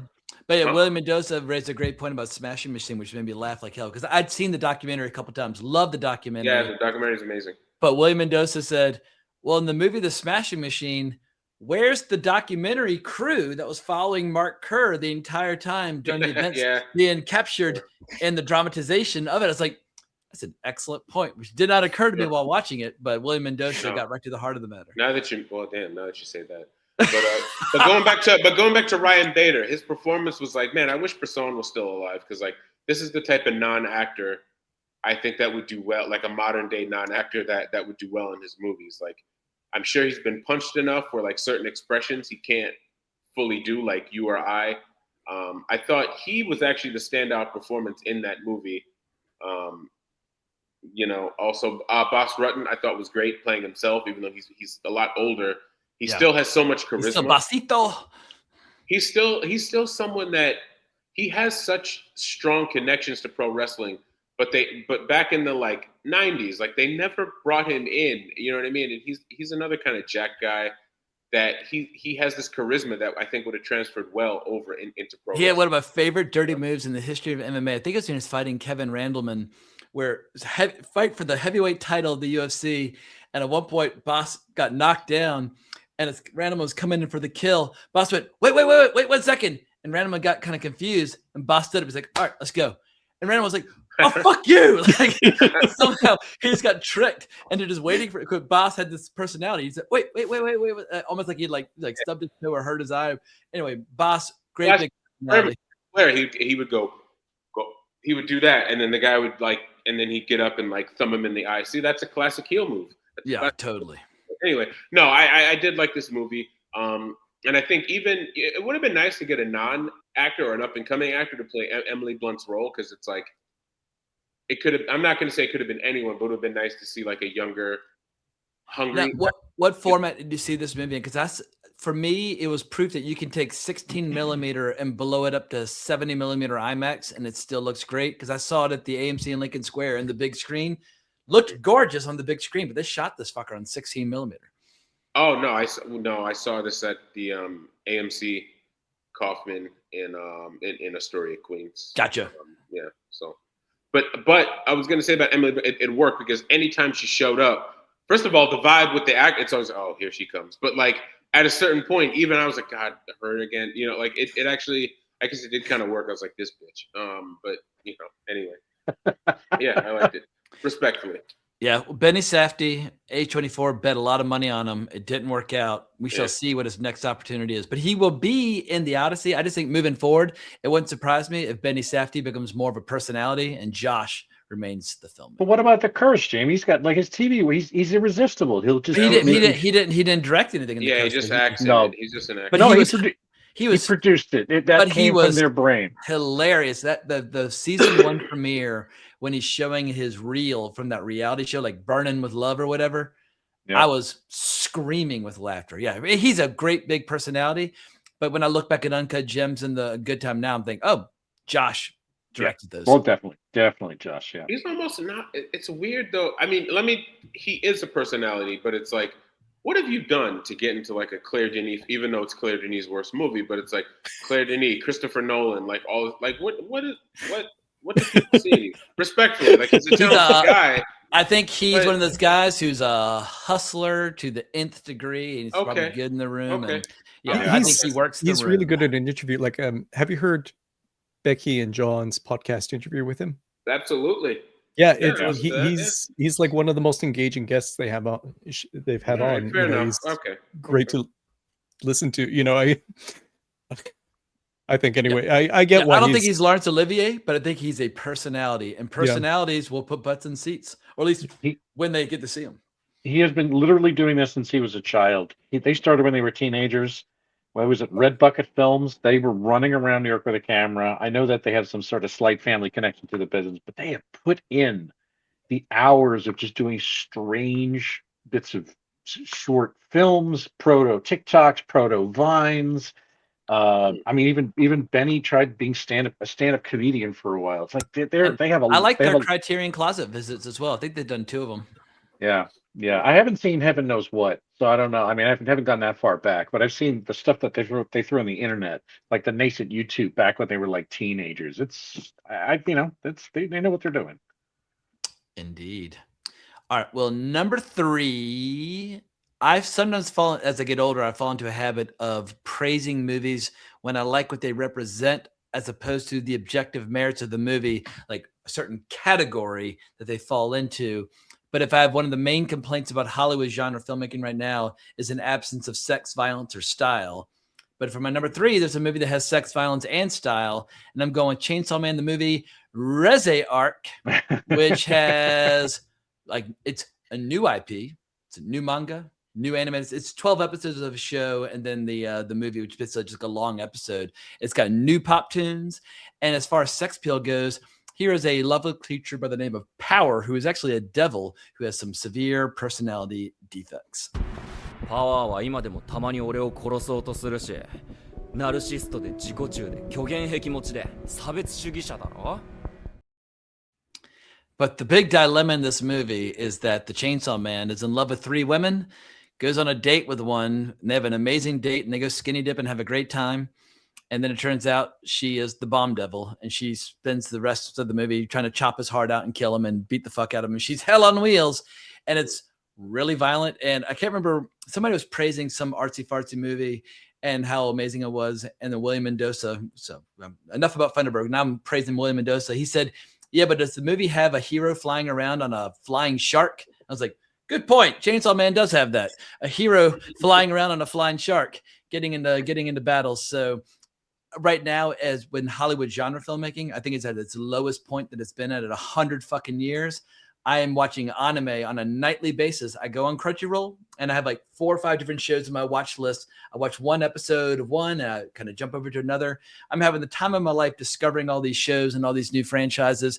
Hollywood can burn in fucking hell, and Japan will keep me entertained when it comes to genre entertainment until I'm a mean old man. But anybody else out there? I know, Scurry, I know when we were drunk and smoking cigars, you're like, Chainsaw Man sucked. Have you come around at all to my point of view? It's not that it sucked. I mean, I'm more of a Yoshiaki Kawajiri kind of guy. This has too much of the kind of like candy colored visuals and the goofy styles. Also, Bomb Queen had no nipples. For as sexual as you want to say this, her nipples were elided in the skinny dipping scene.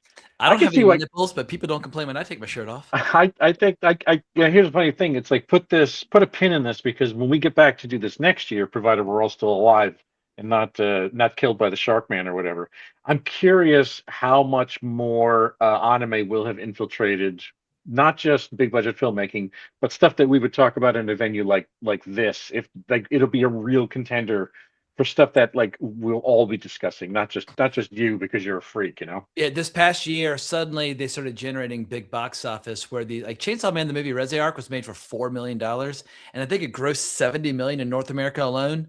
Like, these are the kind of numbers that make even you and I both listened to Matthew Bellamy's podcast, where the worst episode he ever created was when he was talking to that guy from Funimation, which is part of Crunchyroll, and just showing his ass about his complete and total ignorance about anime. It's abundantly clear to me that in Hollywood, people don't watch it. They don't like it. They don't understand it. And it's like, all you have to do is fucking watch it. It's not that hard. Just put in the hours and watch it, which they just will not do.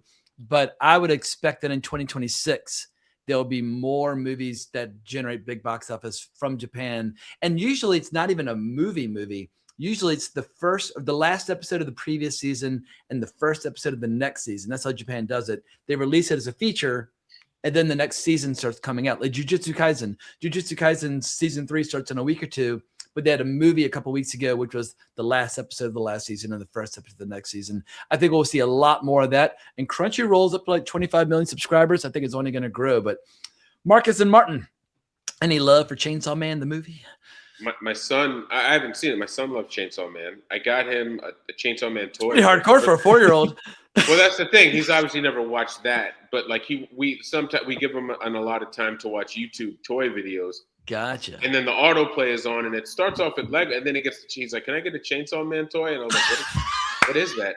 And then I just got it and then it came, and then my wife was like, "What is this?" And I was like, "I think it's a show. I don't know." Guy with a chainsaw for a face and chainsaw for arms, and exactly. I mean, it's a very apt description. In this world, people are hunting devils, but occasionally people will make a deal with the devil, and you'll merge with them and get their powers.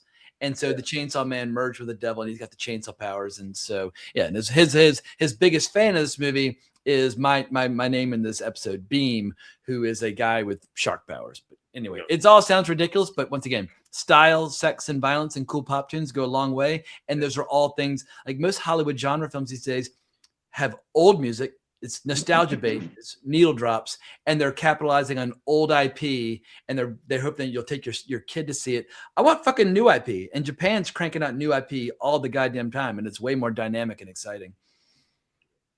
I haven't seen it, but just because I know that there's a show and the manga, and I know there's like a bunch of Chainsaw Man out there, and I wasn't sure if seeing the movie first was a good way to jump into see it. the show. But The show, it's only 12 Yeah. episodes, but with all these shows and movies kind of hybrid, I always recommend just watch it all in order, because it's just the stories are fucking crazy. And I just feel like you need to get the whole experience. All right, number 2, Deuce Scurry. All right, number 2. I have 2 disclaimers. This movie features a good friend of mine who's in it as an actor. The other disclaimer is that you can't see this movie. You can't get to it because it has never had a wide release. It was strictly for friends. It was strictly for festivals, but it's a film called Paper, directed by a man named Dean Imperial. It was shot over the course of COVID, and it was only released this year in festivals. And it did quite well at South by Southwest.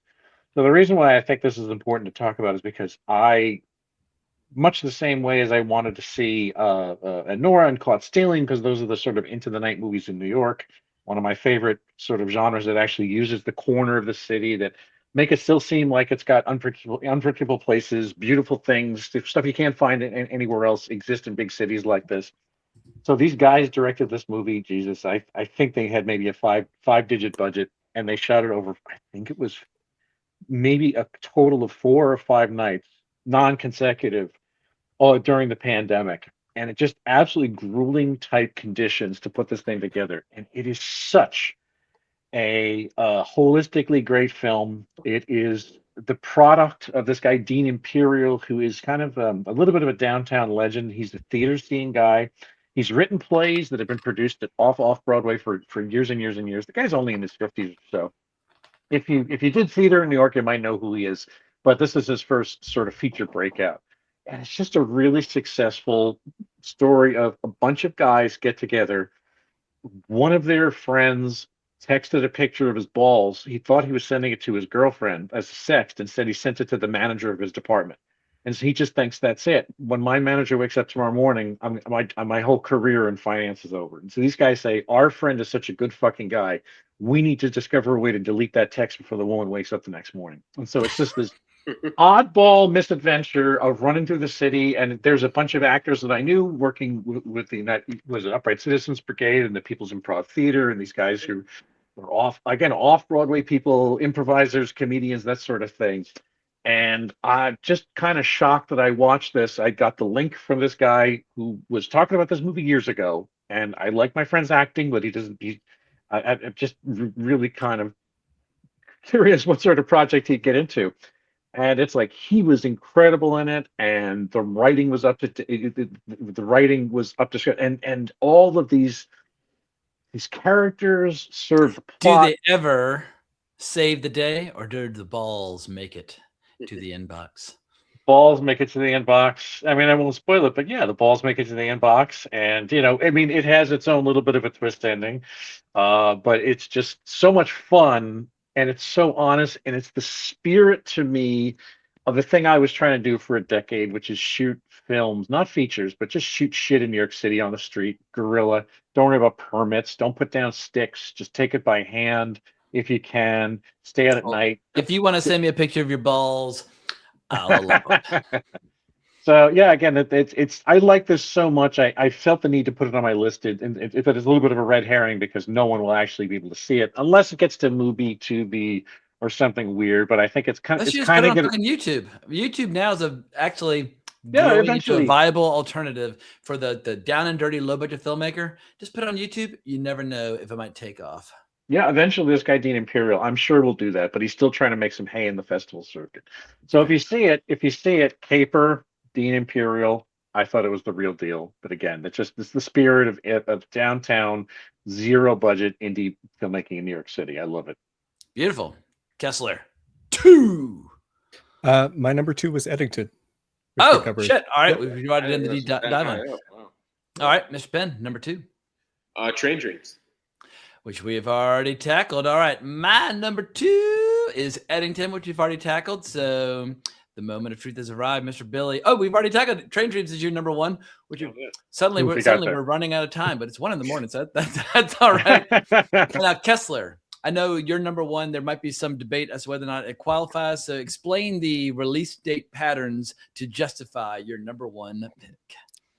Sure. This was on a lot of people's best of the year lists.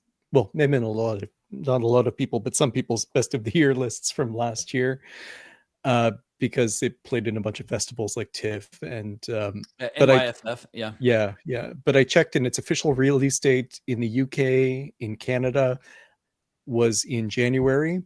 My ticket was from earlier this year, so I'm counting it. It's Mike Leigh's Hard Truths, which it's Mike Leigh getting back to basics in a way. I think after Peterloo, there was sort of a long gap where it seemed like you couldn't get anything off the ground. Honestly, I was kind of disappointed with Peterloo, so this felt like just Mike Leigh getting back to what he's great at. It's drama, it's characters, it's all these insights and intricate themes woven together. It's what he's great at. And give everybody the quick pitch on the synopsis, and then tee up the clip that you sent me that I've got prepared. Okay. Well, Marianne Jean-Baptiste, who of course was in Secrets and Lies, she plays a character named Pansy who's kind of miserable. She's a miserable person. She's also inflicting it on a lot of other people, including her husband, and in this clip, her son, Moses. And she's just sort of spreading misery. And well, you'll see in the clip. All right, here it is. Moses Kingsley Deacon, I am not your servant. I love how she makes her husband take his shoes off to come into the house, and he has to put them back on again to go into the back. And anyway, she had me rolling in the aisles. She's hilariously aggressive in this flick. She's incredible. I feel like she was one of the most underutilized actresses for such a long time. She's so great in Secrets and Lies. And, this really just kind of underscores in a way that, not that she's, well, she was kind of wasted in a lot of other films for so long, And also, when you get nominated for an Oscar, even though it's an English-speaking country, when you're from another country and you get that kind of random nomination, usually things like opportunities start falling at your feet, and that just kind of didn't happen with her. No, she has like a minor part in The Cell. She has like a few supporting roles, but she wasn't getting those offers you would think that she should have gotten. Yeah. And it's interesting seeing them now that they're both older, and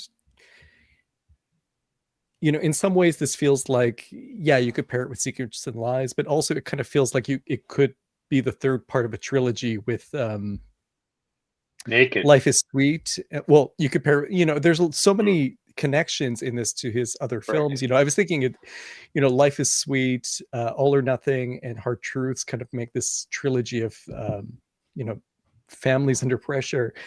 And I was actually kind of waiting for, there's a part where something happens with the husband character where you're wondering, oh, is this going to bring the family back together? And it doesn't. It's like, oh no, things are too far gone. But you think maybe the son Moses has a chance. And Marianne Jean-Baptiste, she's incredible in the film, but the whole cast is really great. And I felt a swell of pity for Moses when he's walking down and the fucking bullies are just mercilessly getting after him. Yeah. Only Mike Leigh knows how to do this stuff.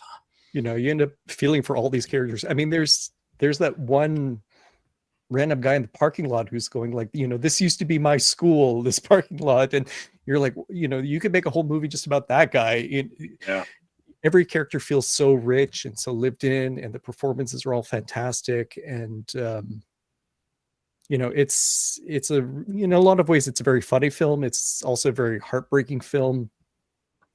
Dick Pope passed away just after working on this. And, he was Mike Leigh's longtime collaborator. I think I've even heard Mike Leigh say that he didn't even really consider his movies to be films until he started working with Dick Pope, on Life is Sweet. He said, before that they were like, Who Shot Naked? That's my favorite of Mike Leigh's. That's Dick Pope. Everything from Life is Sweet onwards, that's Dick Pope, and they've done so many incredible films together, Mr. Turner and Happy Go If Lucky. memory serves, Scurry got me to watch Naked for the first time on Wrong Reel. I think so.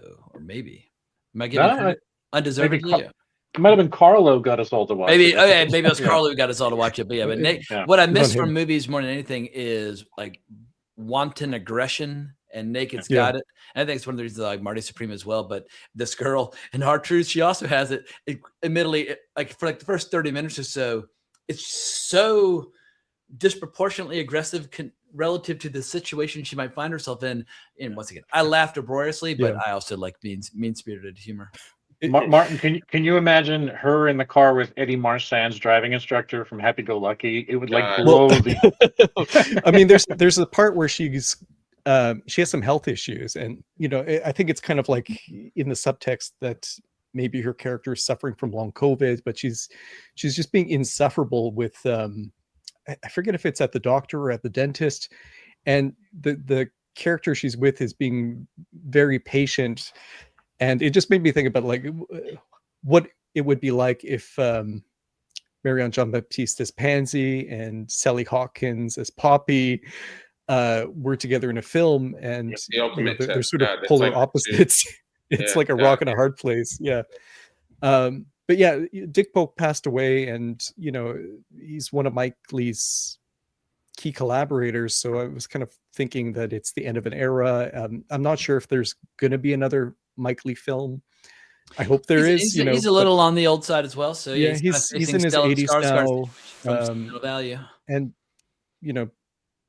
these kinds of films are difficult to get made for whatever reason. But my friend Peter Rinaldi interviewed Mike Leigh, I think for the third time when this was released, and Mike Leigh said something about Dick Pope that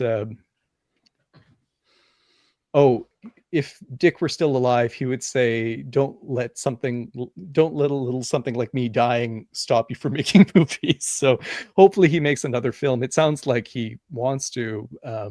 So I hope that's the case. But, for me, this just kind of got to the core of why he's one of the great living filmmakers. And, I did see this on a couple top 10 of the year lists from last year, but it still seems like it kind of went under the radar. And I feel like people haven't fully acknowledged how great Secrets it is. and Lies was like a major awards contender. Yeah, I mean, I think this film should have been talked about more. It should have been bigger. It's also short. It's like 90 minutes ish, I think, and by the end, I was like, wait, I don't want to leave these characters. I want to see what else happens. And that's one thing that's great about all his films is you're kind of left thinking where these characters are going to end up, Naked or Happy Go Lucky or any of them. You sort of wonder, are they, you almost think about them as if they're real people. Like, is Johnny still alive? Or, are these characters, how are they doing? Where are they? Probably worse off than we last saw them. But I think it's a really great film. I think, if there's any movie I saw this year that has a chance of standing the test of time, I think it's this one. I can't remember, Marcus, was this on your top 10 last year? Absolutely. It was number 4. Gotcha. If you want to talk about the actual rankings, 4. This is a wrong reel first. A movie making the top 10 list 2 years in a row. Well, Scurry, Pinn, any final words about Hard Truths? It's great. Yeah, I mean, you could have played the sequence where she's haranguing the checkout girl. Yeah, I was gonna say the Fucking grocery store amazing. scene is great. Yeah. And then starts talking shit with the girl who's in line behind her. And anyway. Yeah. I mean, it's directly behind the woman behind the woman behind her. Yeah.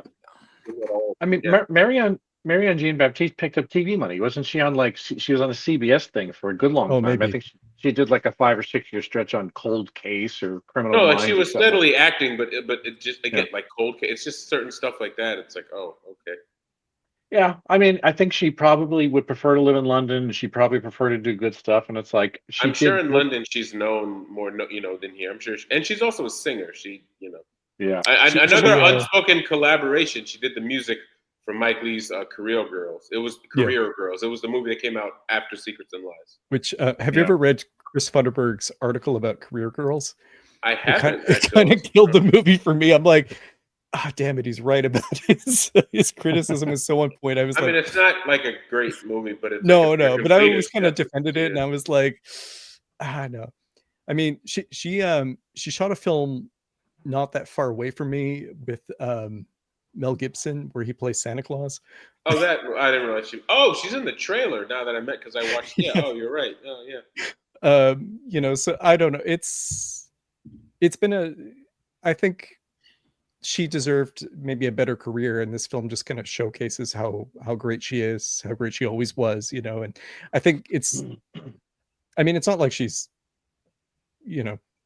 on death's door or anything like that. I'm sure she can have a lot of great 99 roles, out of 100 actors would give the right arm to have the career she's had. But yeah, it just seems like, oh yeah, she's great. What why haven't we seen more of her for all these years? But yeah. Well, and again, the whole cast I think is like really fantastic, and Twain Barrett as Moses was sort of the big discovery for me. I'm like, he's I want to see fantastic. Yeah, he's great in a bunch of things, but he likes his planes. Yeah. All right, Marcus, give us a good one for your number 1. It is Alice Lowe's Tiimestalker, which I tried to prepare the clip for, but YouTube was not having it. Oh, so sure. Yeah. No problem. So I have 2 descriptions. One, it's just a film about falling in love with the same person at different time periods. Alice Lowe, she also stars in it. She stars in the movies that she writes and directs. She's a woman who she dies in every time period that she shows up in, and every time she's reincarnated in a different era, she sees the same guy, she falls in love with him, she dies again.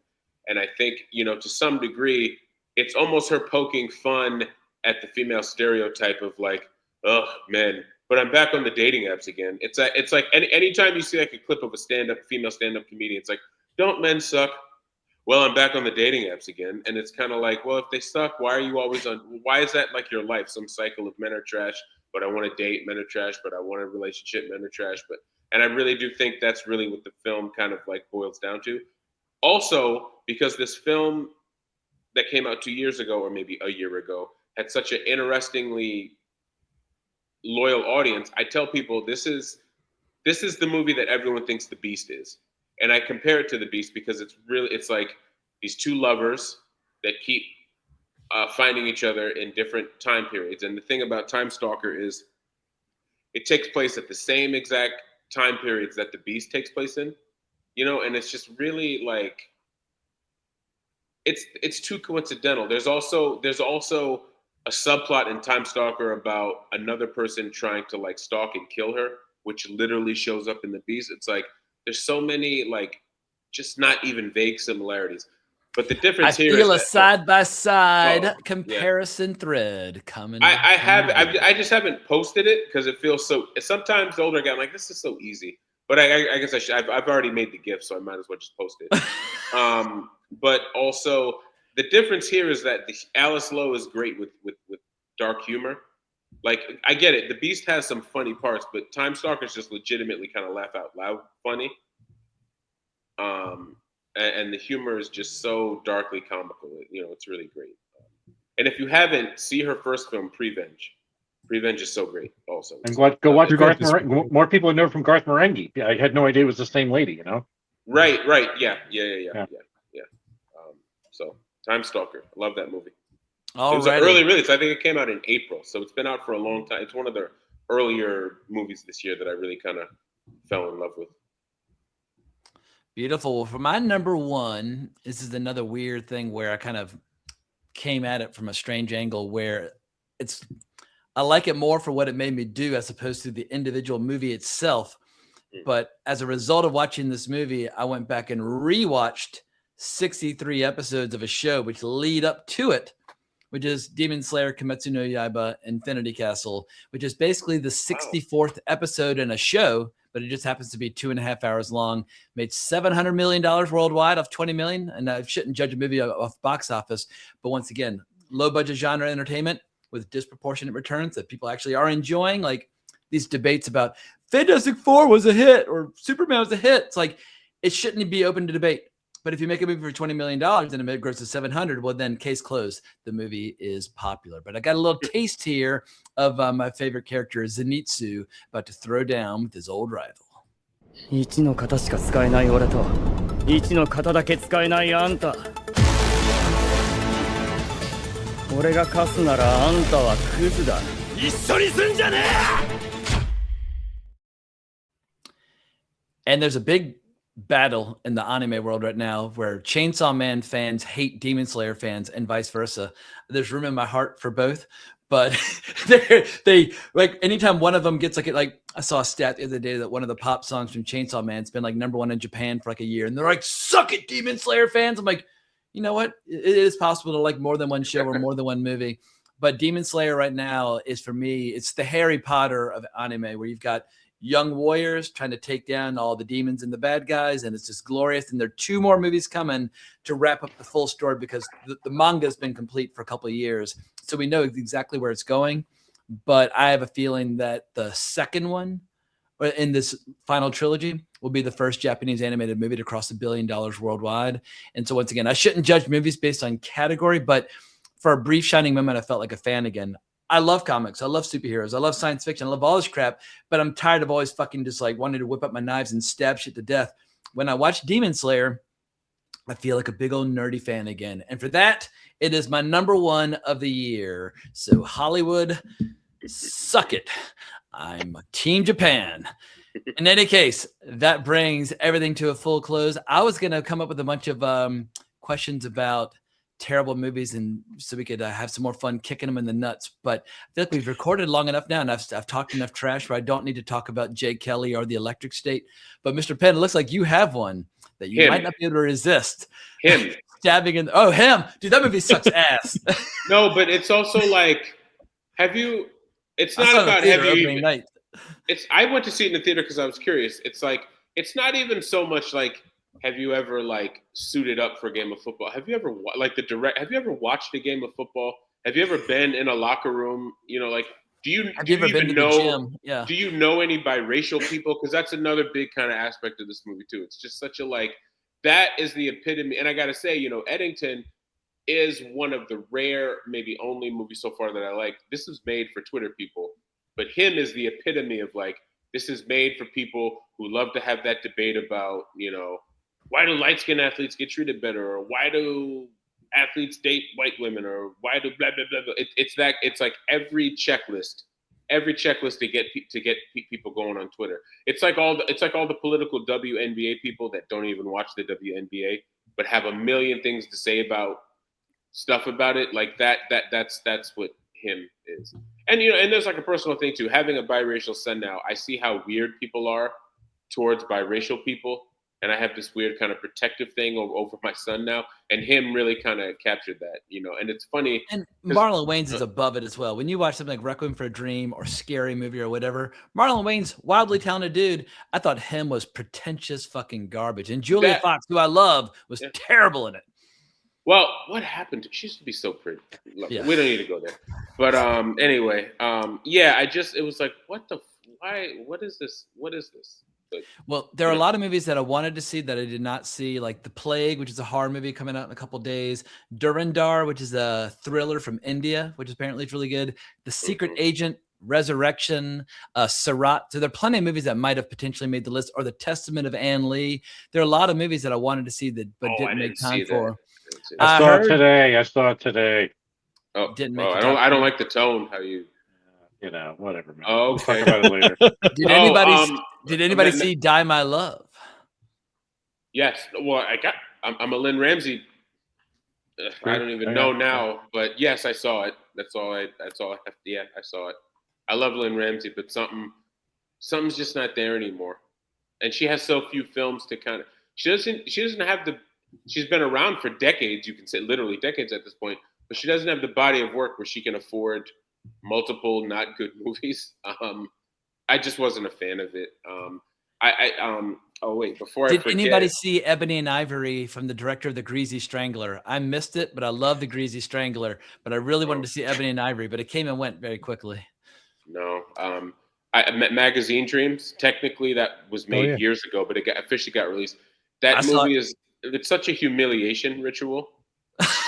Like really, and then you get halfway into the movie and it's like, all right, nothing else can happen to this guy, right? And then it just keeps happening, but to the point where it's almost funny, like, and I feel bad because the guy that directed it is from my hometown. He went to my high school. He's a bit younger. We didn't go to high school at the same time, but he's an Amherst alum, and it's just it's not very good. I think Spike Lee. Anybody see Hurry Up Tomorrow? No. Yeah, I walked out of that one. There are very few movies that I've walked out of, but Hurry Up Tomorrow is one of the few that walked out. Also, you know what? Not at no point in our conversation tonight has Hamnet come up. By the way, I saw it in early access. Yeah, but I mean, I think it's something that's going to be, in heavy Oscar rotation, and yet nobody's really talking about it. Because it's really thin on plot. Yeah, I love Jesse Buckley. It's beautifully shot. I'm obsessed with the play of Hamlet.